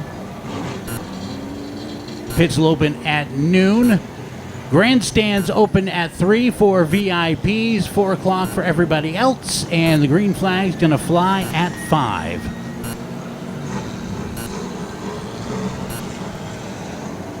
Getting everyone back up into order here. Doesn't look like there's anything wrong with the 14, Dave St. Clair. Looks like he's going to stay out. Yeah, tough break though. He had been a top 10 car for much of the race, and as we saw, it actually restarted with the lead at one point. Get credit for leading the pack to the green flag. We stand at 136 complete, 64 laps left to go in this one. Brent Roy comes back up on the track. And the sweep crew going to work over there in turn 1 and 2. They've been giving that curbing a workout over there.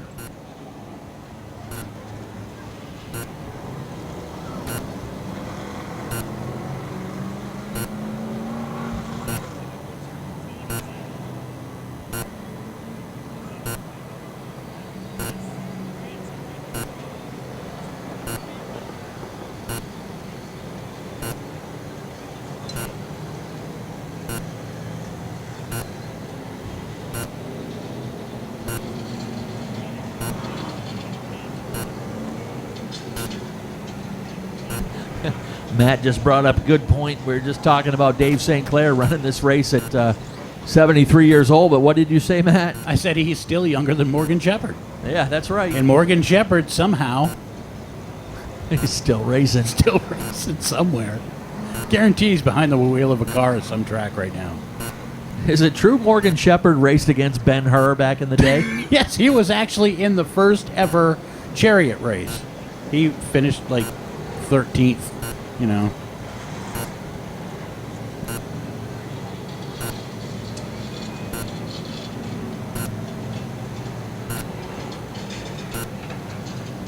All right, I think the sweep crew has finished their work over in 1 and 2.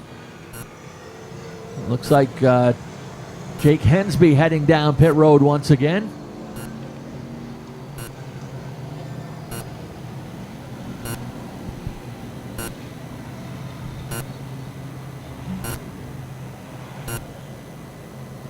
Have to see which of these guys ended up taking some fuel on that tire stop as well. I'd be willing to bet Ben Ashline did. Ashline was leading the Boss Hog 150 back in September of last season and ran out of fuel.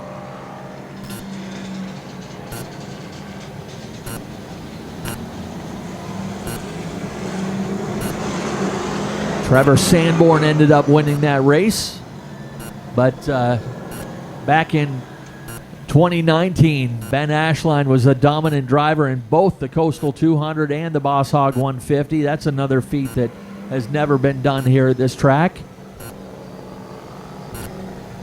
All right, race control says lineup is good. I believe we're going to be crossing the cars over and getting back at it.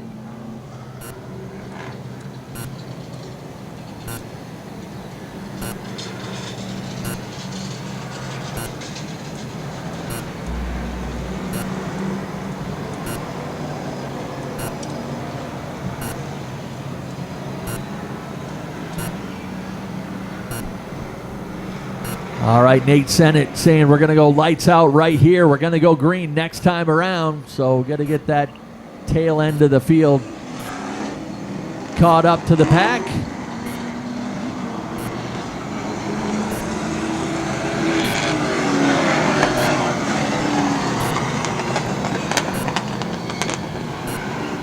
And we are ready to turn them loose once again. Really a two-man race to this point between Ashline and McLaughlin. See if Andrew's saving up anything for the 15 of Ben Ashline.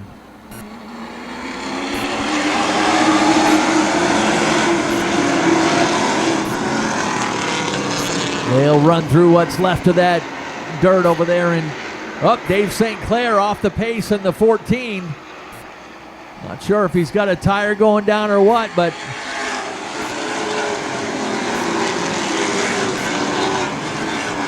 he'll come to a stop down there at the bottom of turn 3. And a couple of cars spinning over in turn 2 once again. I don't know what they think that's a shortcut, but they've been wearing out that curbing over in turn 2 for much of the day. Okay, guys. Track, tar. Dirt, not track. Apparently, we need to put out a new coloring book about They're giving this. the Thunder 4 Minis a run for the money. They won't notice if I try to sneak in through here. Oh, tough break for the 14. He's going to get a push down. Maybe he ran out of fuel. I'm not sure. Big hand for the big man, folks. Well, you don't know if that's the last. No. He'll be may back out. He may be back out. He You're might not be sure. back out on a bicycle. We don't know, but you know. He'll take his own truck out there and do some donuts.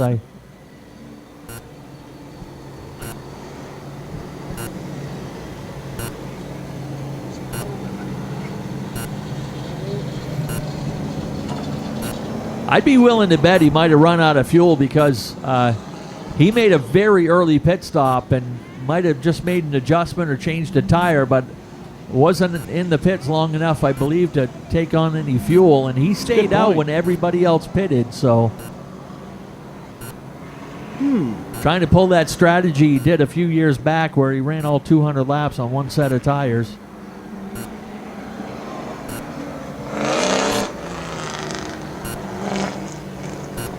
Yeah, as I thought. I just heard him say they're fueling up the car right now.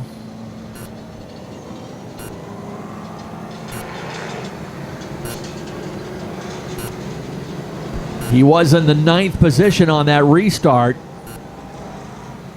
Still a lead lap car. Wonder if he's getting tires too. That could change things.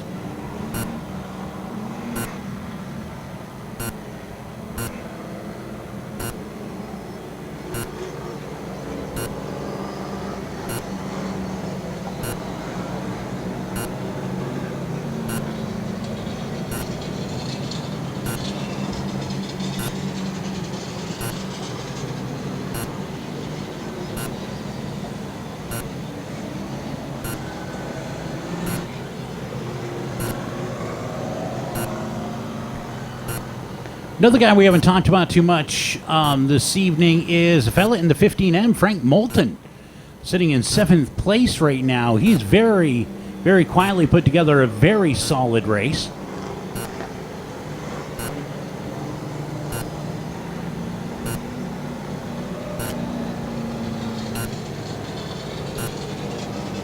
Let's check out, see who's on the lead lap here. It looks like 12 cars, I believe, sitting on the lead lap right now. I believe the 32 is the last of the lead lap cars.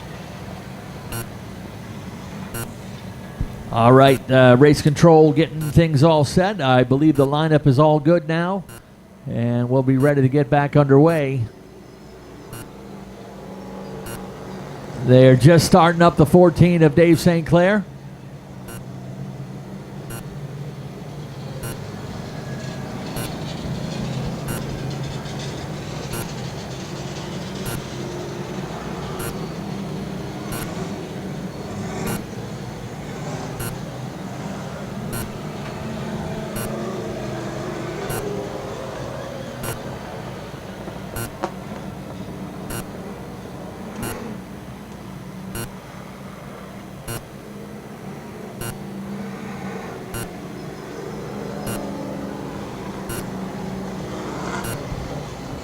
Got some more lap sponsors we want to thank for helping out with the race. Molten Motorsports, Haskell and Daughter Beef, Spencer Logging, DNC Electric and Earthwork, and, as I turn the page, Mainly Awards, Norm Juice. All right, they're just getting Dave St. Clair up here on the track, and we'll be ready to go racing once again. I do need to... I had mentioned there are 12 cars on the lead lap. I actually missed it by one. There are 13 cars on the lead lap. DC Alexander in the 30A is your last car on the lead lap.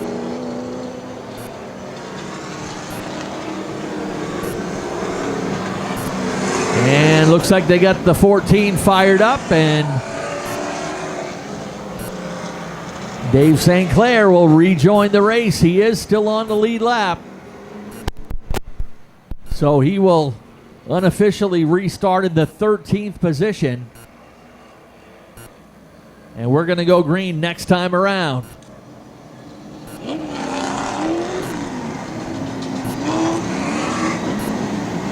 Really, though, how cool can you be? 73 years old, and he's still on the lead lap, and he ran that thing out of fuel. Probably did it on purpose, just to scare everybody else. Uh-oh, they just said the 14 shut down again. No go on the start. The 14 shut down again. He may take a right-hand turn. Nope.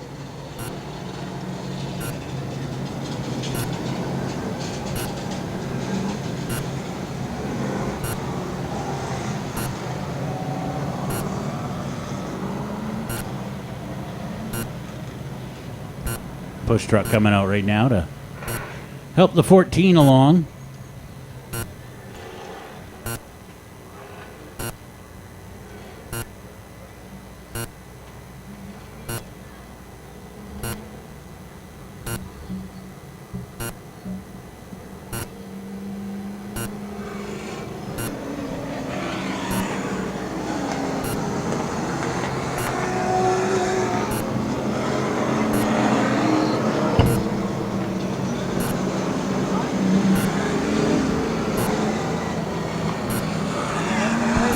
All right, race director Cynthia Tevitt says lights out at the line. We're going to go next time around.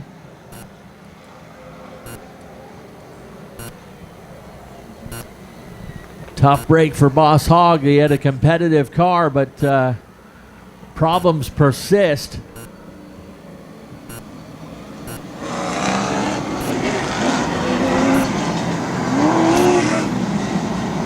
So this playing in the favor of Ben Ashline, as he seems to have a little better short run car, but Andrew McLaughlin has not let him run away with this. Hinckley and Josh St. Clair on row 2, Chris Thorne and Tiger Colby on row 3.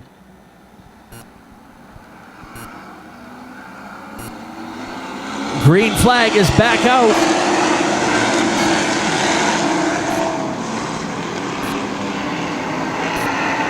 Everybody shoveling through 1 and 2, now 3 and 4. They remain door to door for the lead. Give Andrew McLaughlin the lead that time by 3/100ths of a second. But he's got a tall order on the outside of Ben Ashline. He doubles that lead this time, just by about a fender.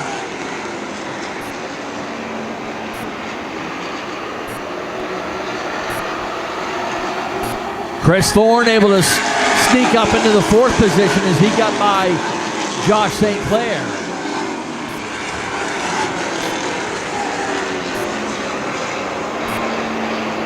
Ben Ashline inside, Andrew McLaughlin outside, locked up in a great battle for the lead, separated by just 4/100ths of a second. Now Josh St. Clair, or check that, Chris Thorne pulling to the inside of Nick Hinckley. Now you've got the winners of the last 4 Coastal 200s holding down the top 3 positions.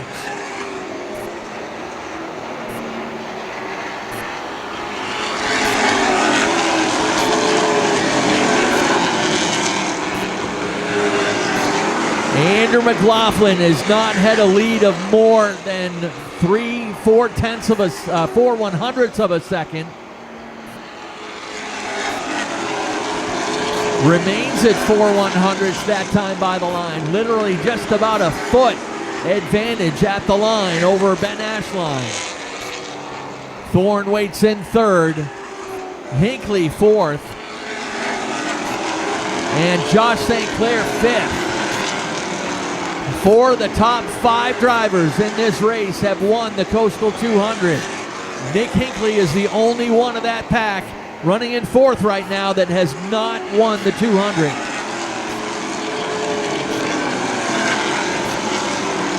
Still plenty of racing to go here. Great job from James Doucette to stay up out of the way and let the leaders race. McLaughlin looking strong on the outside in that number 26. That thing set up for a good run here under the lights. Dave St. Clair back down pit road.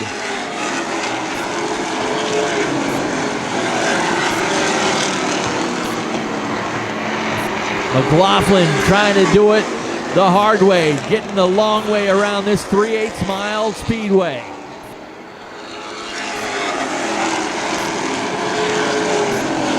Great racing up front between this lead pair. Winners of the last 3 Coastal 200s.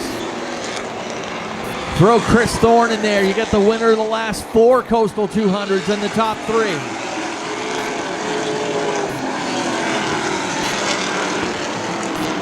Three-quarters of the way down. 150 down, 50 laps to go in the Coastal 200.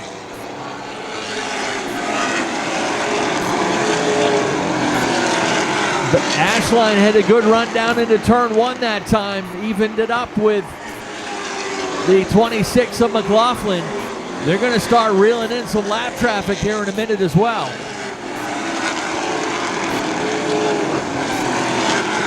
McLaughlin by 6/100ths. He hasn't had a chance to lead this race by more than 1/10 of a second over the last 15, 20 laps.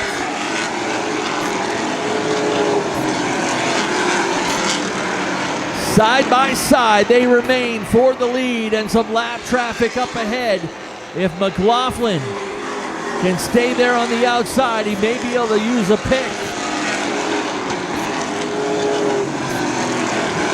But they're racing side by side up in front of him.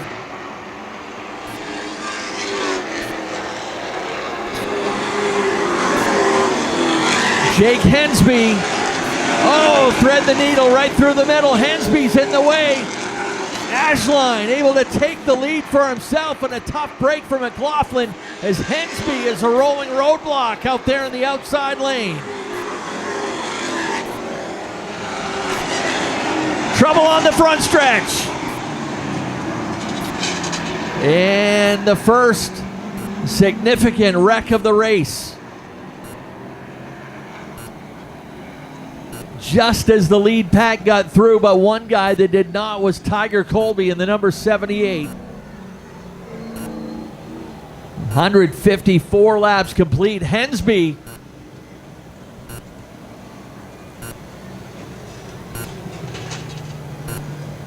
was, let me see, 3 laps down in the 17th position, and sad to see him play a part in the ending of a great battle between that lead pair.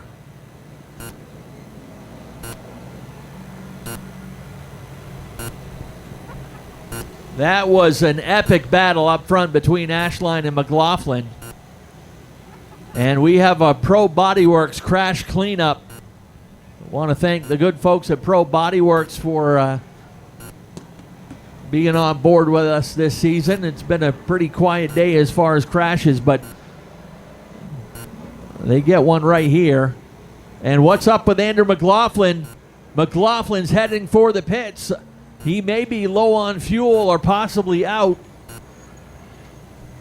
Your second place car heads for the pits.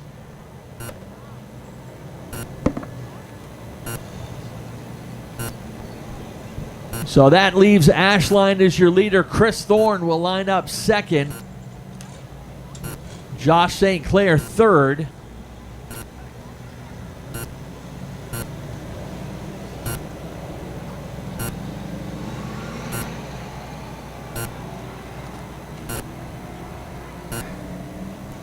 Up until now, just minor spins here and there and dirt on the track, but this is our first Pro Bodyworks crash cleanup of the race. Since 1982, Pro Bodyworks has provided the finest quality collision repair available in the Mid-Coast area. Because of their continued dedication to the industry, their level of customer satisfaction, and their excellent workmanship, Pro Bodyworks is committed to making your collision repair experience as positive as possible. Pro Bodyworks has a preferred service arrangement with Enterprise Rental Car, as well as a number of free loaner vehicles to keep you on the road while your vehicle is being repaired. They offer a state-of-the-art facility, certified I-CAR technicians and welders, ability to repair all makes and models, plus a 10,000 square foot shop where they can work on a dozen cars at once. Plus, they also have some new rust proofing as well that you want to check out. That's Pro Bodyworks. You have a choice. Tell your insurance company you want your repairs done by Pro Bodyworks. Route 1 in Wiscasset, right next to the Seabasket. And you can find their website through a link at our website, WiscassetSpeedway.com. Support the businesses that support Wiscasset Speedway.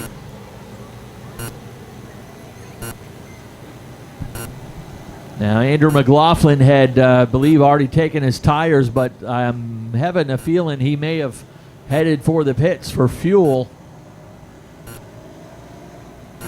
Now, how many laps can they expect to go? Well, unfortunately, because of the several times of spins in the back of the field and dirt kicked up on the track, they've put in a good amount of laps under caution. Yep. Like I said, this is the first significant actual wreck of the race, but depends on the size of the fuel cell. Some guys are able to run, 150 laps with no problem. But then when you add in the pace laps as well. And did they take fuel when they took their tires? That's another big thing. Kurt Hewins heading down pit road. Hewins had been running in the 7th position. Tiger Colby took the worst hit out of the top 10. He is most likely out of the race. The right side torn off that car as Hensby spun right in front of the 78. That's too bad, too, because that kid was really running a good race. Now, he started at the point at the pole, and I don't think he ever really dropped out of the top 5 or 6 the whole race. He's been right there. It's just an unfortunate thing to get caught up in that wreck. Yeah, he faded back no further back than 7th, I believe, but strong run for the kid. He's got a couple feature wins under his belt here in the late model competition. One guy, I got to give a shout out to Nick Jenkins in that 32.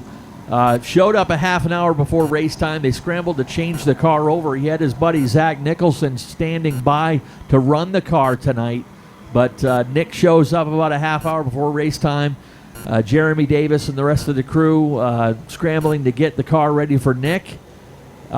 He starts back in 24th, makes several pit stops. I'd like to get a handle on how many times Nick has been on pit road, but still remains on the lead lap now. Unofficially 9th when that caution came out, but a couple cars have already pitted, so that'll knock Jenkins up probably another 2 or 3 spots. He may be restarting this race in 6th or 7th. Frank Moulton continuing to run well. He's been in the top 10 pretty much all night. But that top 4 group right there, top 5 really, with Nick Hinckley, that's... Yeah, definitely the class of the field here in this race. Without Andrew McLaughlin in there now, we'll see if he comes back out. I haven't seen him come back out. Cleanup is complete. Yeah, haven't seen Andrew yet. Let's see if we can get a word from the pit side.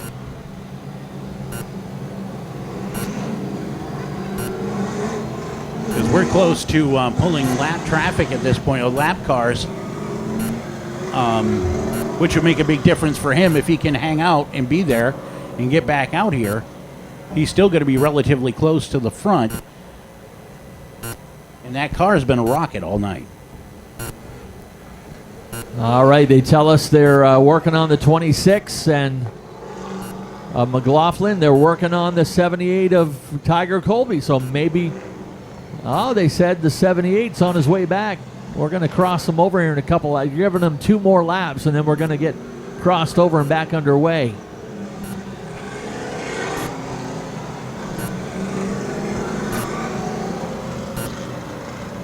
Not sure what's up with McLaughlin. They actually said they're under the hood of the 26. Wow. It's hard to believe the way that car's been running all night. But these cars really, they generally have these things set up to run 40 laps. That's maybe 50 laps on a spotlight race.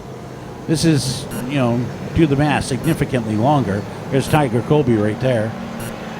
I think that's Kurt Hewins, too. Yep, Hewins back on the track, Colby back on the track. Let's see that right side of that 78. It's gone. Yeah, you want to take a peek inside a race car. There's your chance right there. Hewins, remember the 14H, he's still on the lead lap as well. Colby is on the lead lap.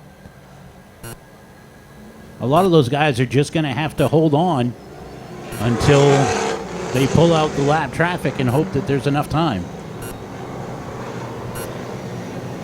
They're going to spend a lot of time weaving through a lot of cars.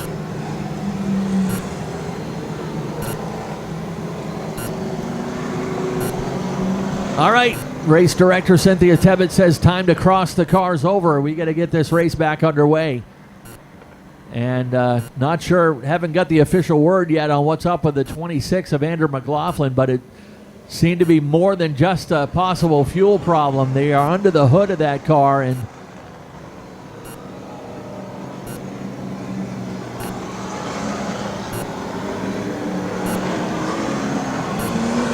they will go lights out at the line next time by.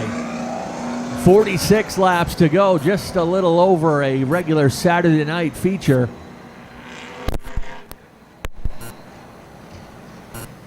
There's the 26. McLaughlin will come out of the tail end of the field, but remember, he is still on the lead lap as well. We're showing 12 lead lap cars on this restart, so McLaughlin no worse than 12th right now. But he's got some lap cars up ahead of him that he's going to have to contend with.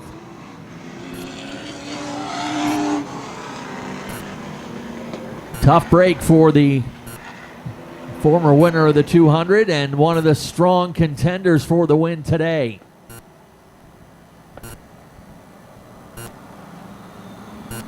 Ashline and Chris Thorne now will take the green. And as I said, Nick Jenkins in the mix as well. Jenkins in the 6th position now on this restart.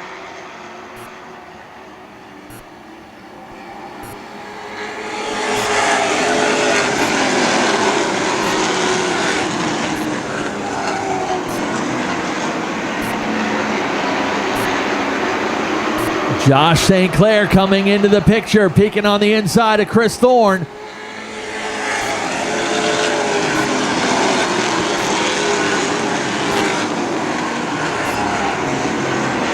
Something dragging on the 78 of Tiger Colby. Lucky he's able to have a ride still out there at this point. He runs in 10th. Ashline with the lead. Chris Thorne second. Josh St. Clair right on his inside. He's got the third position. Frank Moulton is up to fourth. Nick Hinckley fifth. Moulton all of a sudden coming to life in that white and green number 15, and he's got the leaders in sight. Watch that fourth place car of Frank Moulton.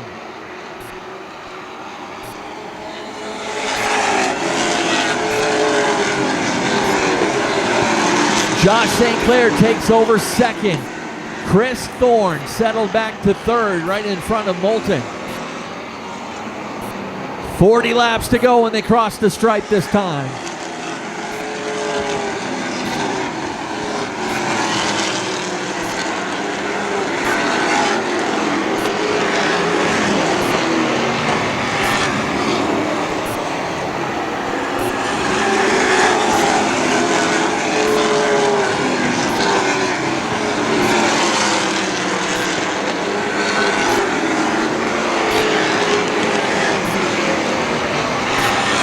Ben Ashline holding about a half-second advantage now over his buddy Josh St. Clair. Thorne a tenth of a second back, then Frank Moulton, Nick Hinckley. Mark Lucas is now up to the sixth position. You've got four number 15s in the top six positions of this race. Just the way we drew it up.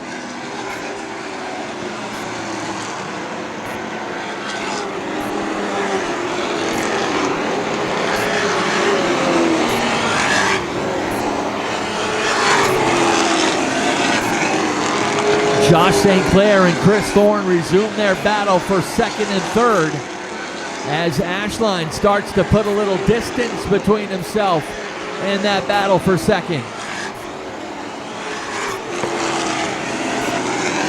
Nick Hinckley starting to test the outside lane as well. Pair of 15s racing for the fourth and fifth position.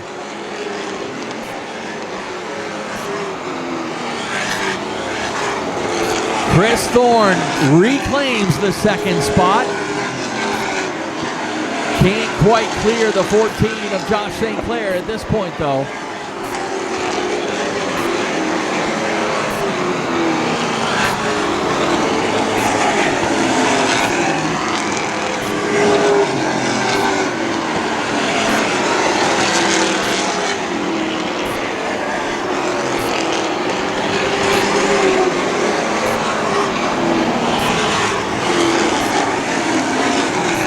Plenty of Garrett Leiter in between that battle for second. Thorne grabs that spot for himself. St. Clair will have to gather it back up and make another run for that second position.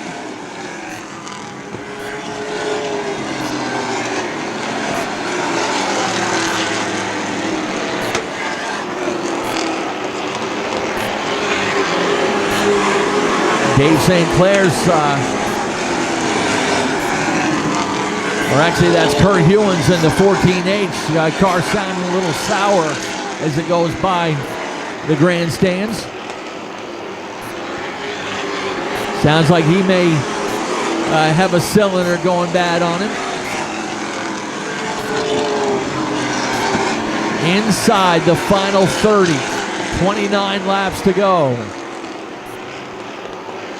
Ashline working the lap traffic on the outside. Thorne trying to keep him in sight. About 3-4 car lengths back as they head for turn 3. Does Chris Thorne have anything for the race leader?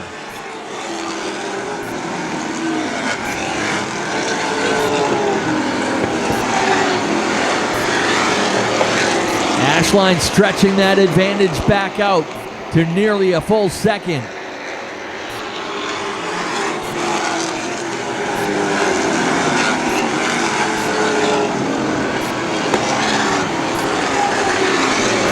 Next time by, 25 laps to go.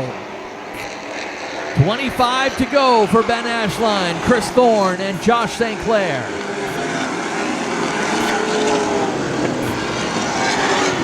Lots of clear racetrack up ahead for the number 15.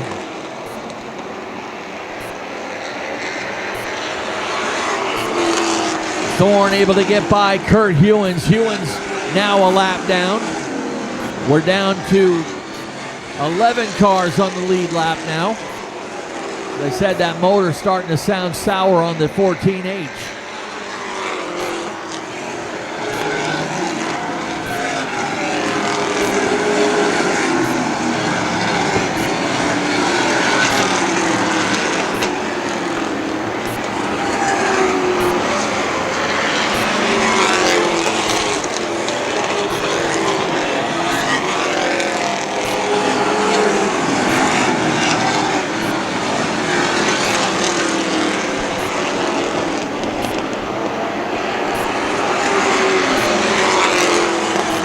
Hey, got to give a nod to James Doucette in that number 11 car. He's been off the pace much of the race, but he stayed up out of the way, let the leaders race. He finds himself running right now in the 20th position just by staying up out of trouble. 20 laps to go, and we got a caution for a spin in the bottom of turn 3. And is that Nick Hinckley? I believe it is. That is your 4th place car, Nick Hinckley, sitting at the bottom of turn 3 and 4.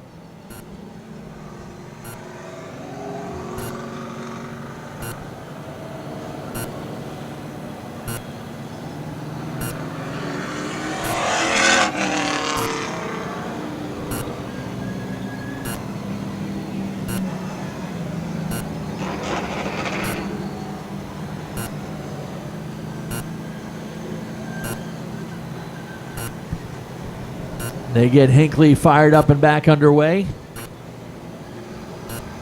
Had been running in the 4th position. We now have 11 cars on the lead lap. They're actually going to pull the lap cars out now for this restart. So all 11 cars will start up at the head of the pack. That'll help Hinckley, that'll help McLaughlin, that'll help Jenkins.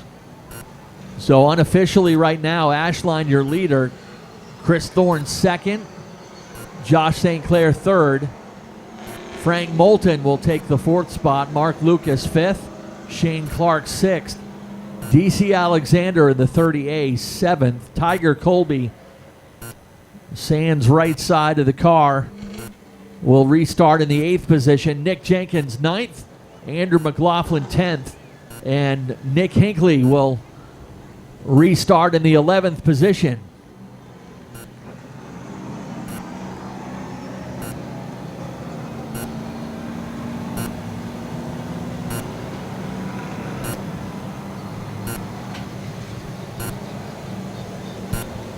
"21 laps to go.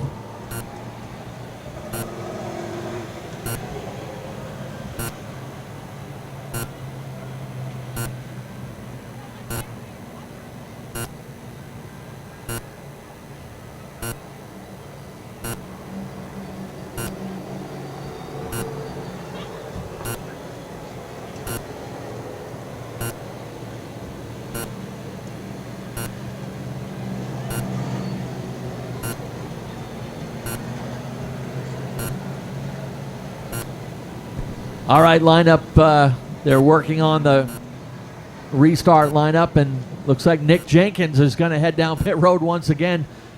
Jenkins takes the award for most pit stops today.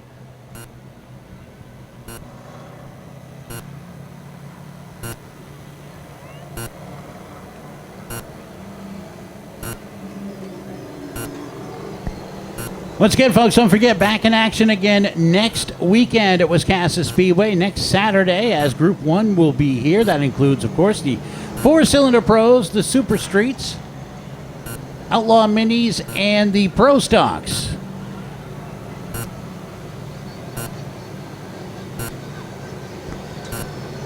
Pits will open at noon next week.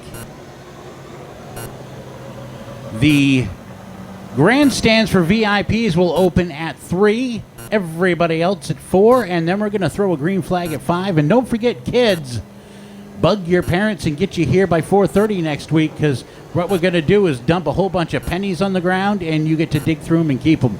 So it is the first penny pounce of the year here at Wiscasset Speedway. That will be held at 4:30 next Saturday. All right, they're just pulling out the lead lap cars and putting them up to the front of the pack, and then we should be ready to get back underway.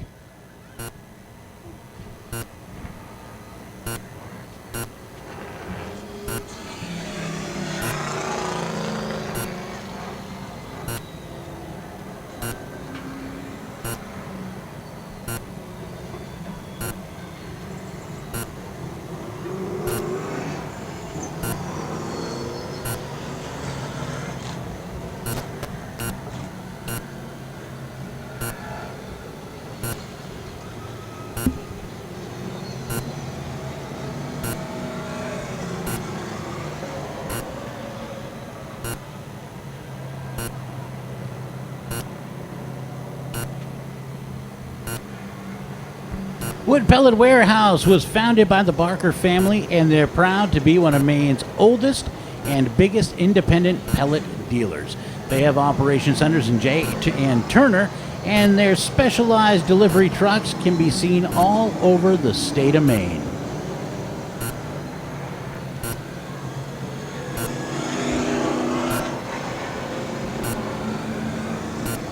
All right, we have a cell phone that was turned in up here at the announcer's booth. If you're missing a cell phone, come on up.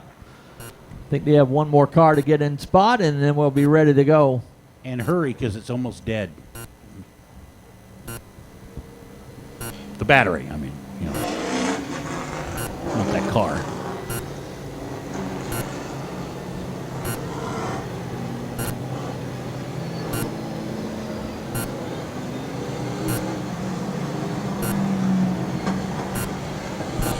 Just getting the 32 of Nick Jenkins up in his 11th position, and then we'll be all set for the restart.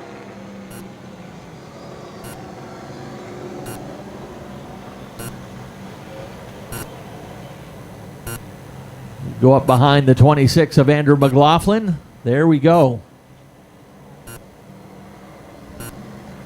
All right, let's get this race back underway.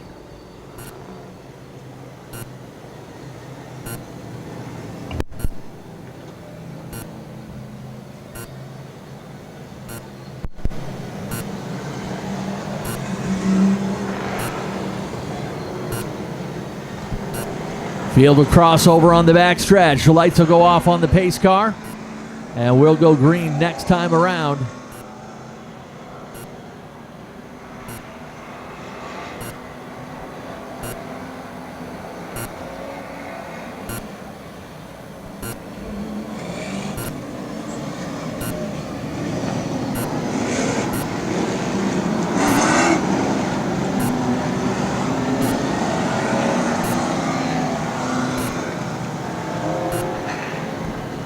One more time, folks, just before we get underway again, we do have a cell phone up here in the booth. Someone dropped off. If you're missing a cell phone, come get it.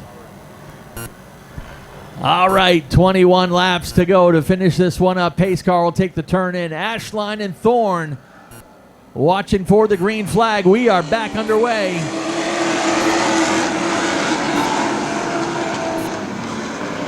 Nick Hinckley kicked up out of line and dropping back. Ashline back in charge. Thorne and St. Clair will race for position. And Nick Hinckley, problems on the 15 as he is dropping quickly. He is out of contention.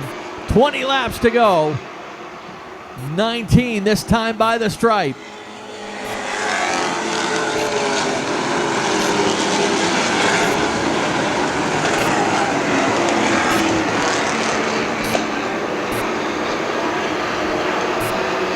Packed up tight, top three out of turn 4. Ashline with the lead. Thorne second by just 1/100th of a second over Josh St. Clair. They will stay pinned right to the tail end of the 15. The other 15, Nick Hinckley heads for the pits. His night is over.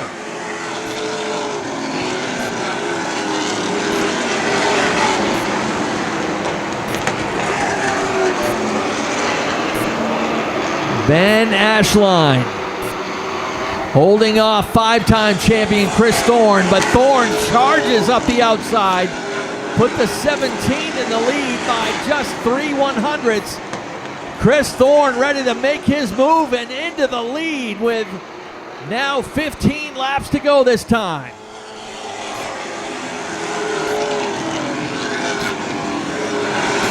Ben Ashline starting to slip back a little bit. Josh St. Clair moves into second.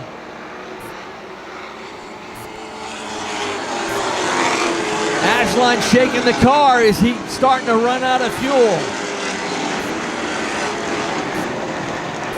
Trying to nurse it the rest of the way, but the leaders are starting to drive away from him.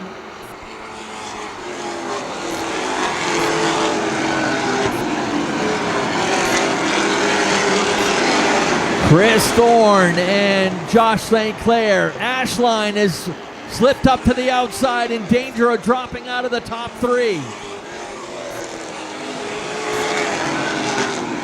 Things going away on the 15 of Ben Ashline. Outside the top 5 now and still falling back. Chris Thorne getting stronger as the race goes on.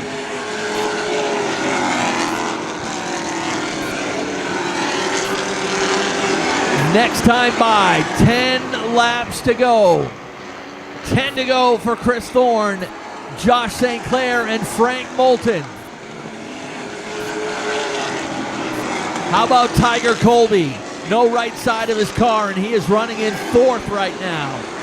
Shane Clark is in 5th in the 21.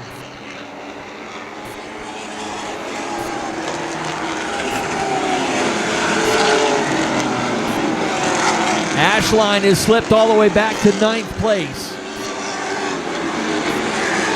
Not sure if he's running out of fuel or starting to drop a cylinder, but he has fallen from contention.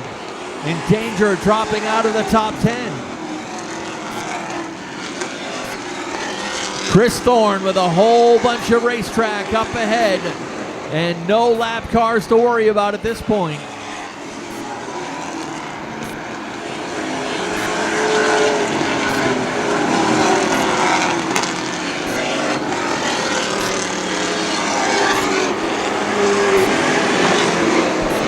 A big wad of cars up ahead, and one of them getting a little sideways. They are just a half a straightaway from the race leader, and we've got 5 laps to go next time by the stripe. Looks like those lap cars probably will factor into this. 5 laps to go.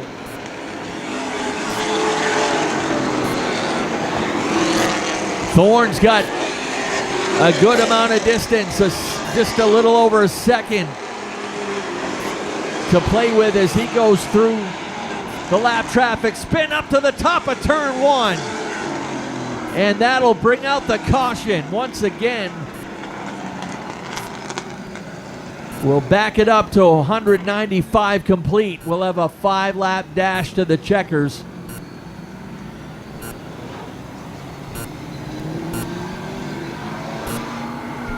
I believe that's the 73 of Matt Burgoyne. And the 20 of Garrett Leiter is at the bottom of turn 2.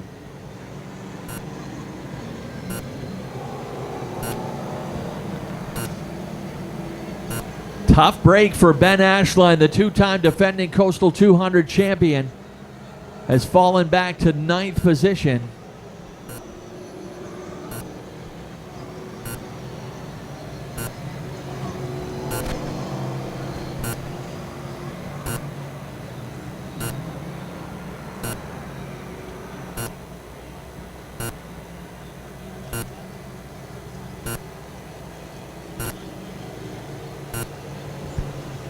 According to my count, that is the 6th caution of the race.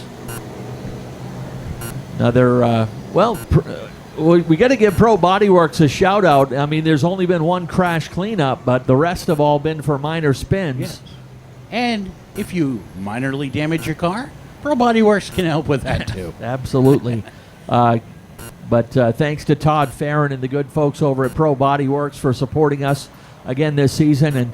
And check out their new business, the Pro Rust Proofing, right next door to Pro Body Works. They're located right out here on Route 1 in Wiscasset, across from Big Al's, right beside the Seabasket. Oh, go get yourself a fish sandwich and fix your car. yeah. Is minorly a word?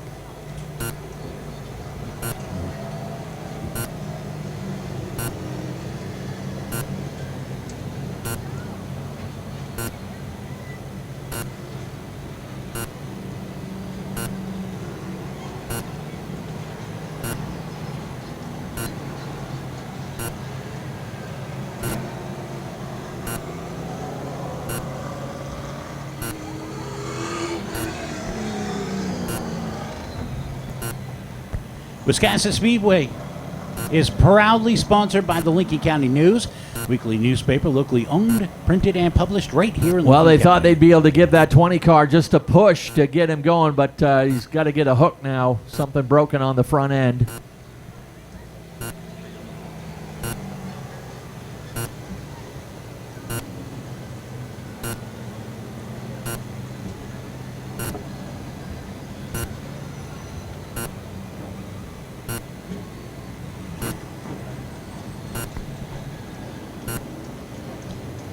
So we're going to have a 5-lap run here to see who's going to take the win. Will it be Chris Thorne in the 17? He's a past winner of this race. Josh St. Clair in the 14J. He's a past winner of this race. And how about Frank Moulton sitting there just in case something happens? The fellow in the 15M could easily win this race. Yeah, Frank Moulton, one of those dark horse racers, and you know, as time goes on, you got to take that label off of him though, because he's starting to become a more regular appearance in Victory Lane this year. Still looking for his first career win, but he's been a contender in several podium finishes for that 15M. Actually, last year we did not run for points, but in the short season that we did run, Frank Moulton would have been the points championship. Yeah. Would have been the points champion if we had run for points last year. Yeah, since he's been coming here on a regular basis, he's had a lot of success, and this is what it leads to. You know, he's sitting here in third place with the Coastal 200 with 5 laps to go. Yep, and he has picked up the support of the Shippen family and Survey Inc. to help support their little race team. So Dave Knowles has got the 20 of Garrett Leiter up on the hook.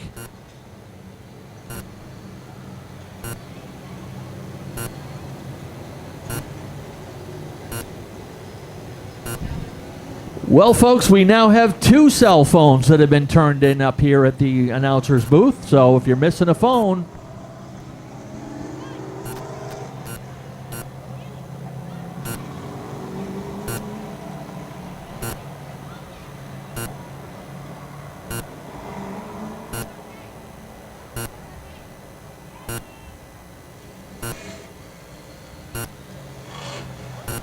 And there goes the 20 off on a hook. That means we're going to be ready to get this thing going. So we've got a past champion of this race, another past champion of this race, a guy who would love to be a champion of this race, and half a car. yeah, you know what? We got to give props to Tiger Colby. I thought he was out of this race when he launched himself over the 27 car heading into turn 1. Tore off the right side of that car, but they got him back into this race, and the kid has run very well with what he has left of a race car, and he will restart in the 4th position. Shane Clark, who started alongside him on the front row, he will restart in 5th. Mark Lucas, a strong run for that machine. Rob Chandler and the gang got to be happy with the performance of that car throughout the race today. He starts in the 6th position. Andrew McLaughlin is 7th. Nick Jenkins 8th, Ben Ashline 9th. And your last car in the lead lap is that 30 car of DC Alexander. He runs in 10th.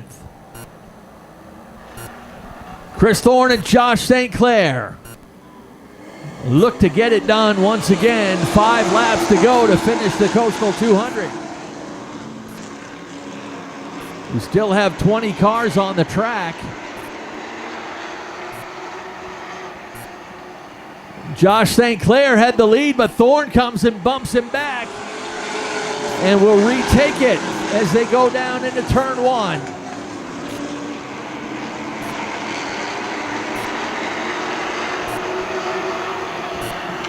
Thorne 1, St. Clair 2. Next time by will be 2 laps to go.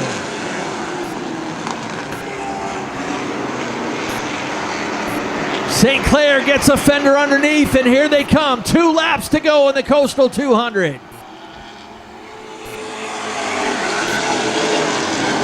Thorne has the lead still by 1/100th of a second.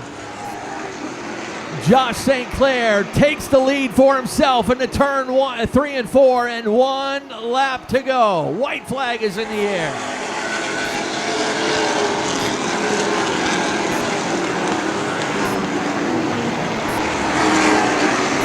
What a month of May, and now what a start to the month of June for Josh St. Clair. He'll win his second Coastal 200. Beats Chris Thorne by 7/100ths of a second at the line. St. Clair gets the win. Chris Thorne finishes second. Frank Moulton will take third. Shane Clark fourth in the number 21. Tiger Colby unofficially fifth in car number 78. The rest of your top 10 rounded out by Andrew McLaughlin in 6th, DC Alexander in 7th, Mark Lucas 8th, Nick Jenkins 9th, Ben Ashline led the most laps in the race. He led halfway. He will settle for 10th. Folks, that'll do it for the Coastal 200. We're going to meet you down in Coastal Auto Parts, Victory Lane, one more time to talk to our top 3 after an eventful race, several race leaders. Josh St. Clair sneaks in and leads the ones that are important, taking the lead with 2 laps to go and cruising to the win.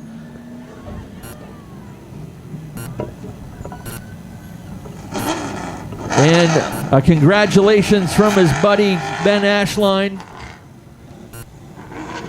Josh St. Clair, the winner of the 2014 Coastal 200. And I think he led about 2 laps in that one too, but he led the ones that count. Yes, exactly. So, Matty, we'll meet you down in Victory Lane in just a moment. Folks, thank you very much for coming out and spending some time with us here tonight. A lot of great racing action. We look forward to seeing you again next weekend here at Wiscasset Speedway. Pits are going to open next week for Group 1 racing. All right, it's a big win. Go ahead.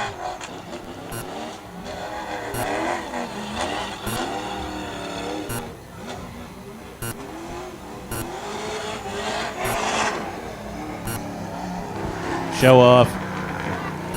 Well, he did a lot better on the burnout this time than he did on his last Pro Stock win.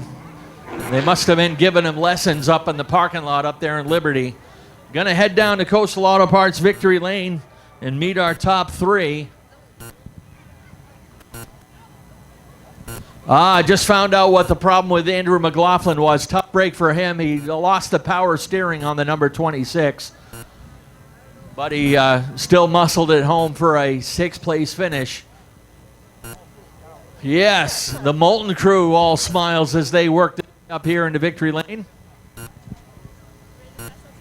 And we got a young man anxious to help pass out some big trophies, our junior official.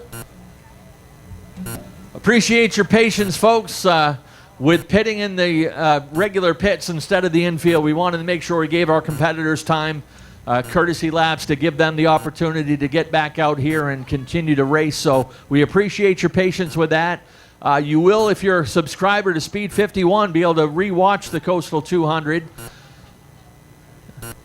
It was Ashline's race early, then in came Andrew McLaughlin, then in came Chris Thorne, Ben Ashline again, and Josh St. Clair led just 2 laps of this race, but he led the one that was the most important.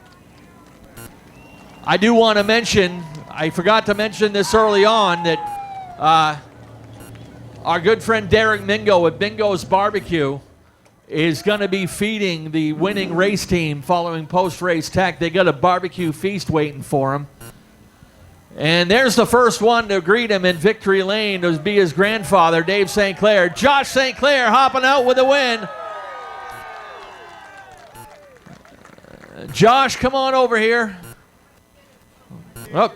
A hug from Gramps. Wow, what a month of May you had, and what a way to start the month of June. Kind of like 2014, you didn't lead anything until the very end, and those are the ones that matter. I mean, that's not exactly how you always plan it. You want to lead every lap, but you know, I didn't think I had nothing for Chris there, and in 2014 I wheeled her off into one like there was no corner there, and shut the door on Nick Jenkins, and I knew it was the only shot I got. I'm sorry, my ears are ringing so bad I can't hear. But I just gotta thank everyone, man. This is unreal. This is freaking unreal. You know. Absolutely. Now, early problems for you. The car kind of dropped anchor and started going backwards early in the race. What adjustments did you guys make? Oh, you know, we run bleeders, and the thing started getting super free, and whatever happened over there, that one got bound up on a piece of junk or something or whatever, and it grew the rear stagger too much, and we come in and said, to hell with them things, throw them in the trash can, and we come back up through. Absolutely, and patience paid off for that. I know you got a lot of great people behind you with those wins. 2 late model wins now, 2 pro stock wins, and a strictly win. Who's helping you on this hot rod? Oh my God, everybody, right? Everyone over here to start with, that shows up every damn weekend. You know, Dave's World, it's all Gramp stuff, man. It's pretty awesome watching him out there, lining up beside him there, halfway through that thing, you know. It's like, and then Wentworth Family Grocery, you know, M&S Painting, Larrabee Construction, Duval's, all them guys that chip in a little bit and make this all possible, you know. And Richard and Vanessa for putting this damn show on. It's awesome down here.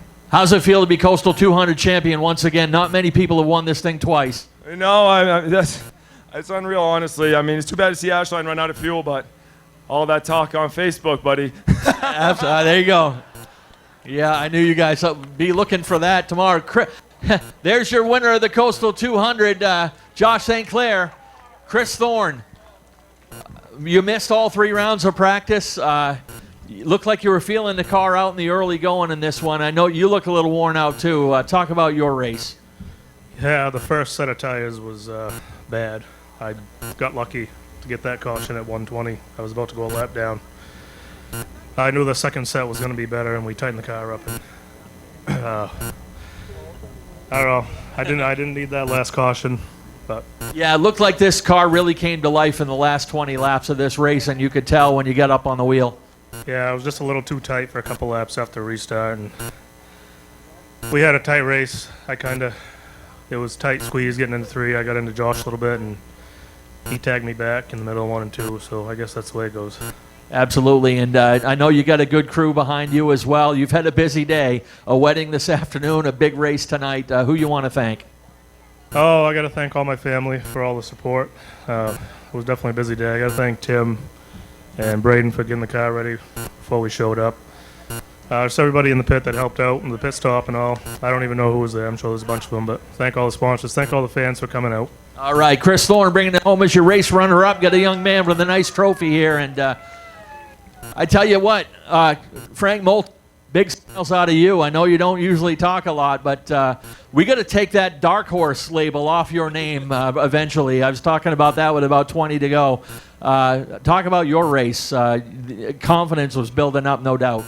Yeah, the first half, I thought about parking it because it was so bad, and me and Chris were battling for just trying not to go to lap down, and then came in, changed tires, and it wasn't that bad, and we kind of just, attrition set in and moved away towards the front slowly. Yeah, that's what this race is about. It's about managing your car and getting it to the end. You really didn't look like you really had to push it. Just stay out of trouble. Yeah, that's what I was trying to do because after about 10 laps, I was so loose that I was about wrecking. So. Who you want to thank on this race? I know you don't have a huge lineup of support, but it's building as you continue to bring this car to victory lane. Yeah, I got these guys all did the pit stop today, and we did pretty good. We made some adjustments at the same time. So my dad, Susie, happy birthday to Susie, by the way. She came to the Coastal on her birthday. I'm sure that's her favorite. My brother-in-law, Alec, Dash, Ben, my mom for watching the kids at home, and Jimmy for helping, Bill and Bonnie shipping, Survey Inc. I couldn't have been here without them. All right, great job. Frank Moulton right there picking up the third place trophy. Chris Thorne second. Now two-time winner of the Coastal 200, Josh St. Clair. Congratulations to our top three. Folks, we want to thank you for spending your day here with us. I know it's been a long day for all of you as well. We appreciate your patience. Hope you enjoyed the race. We'll be looking forward again if you get a chance to rewatch it on Speed 51. Those guys will be back with us in a couple weeks for Ames True Value NEMA Night.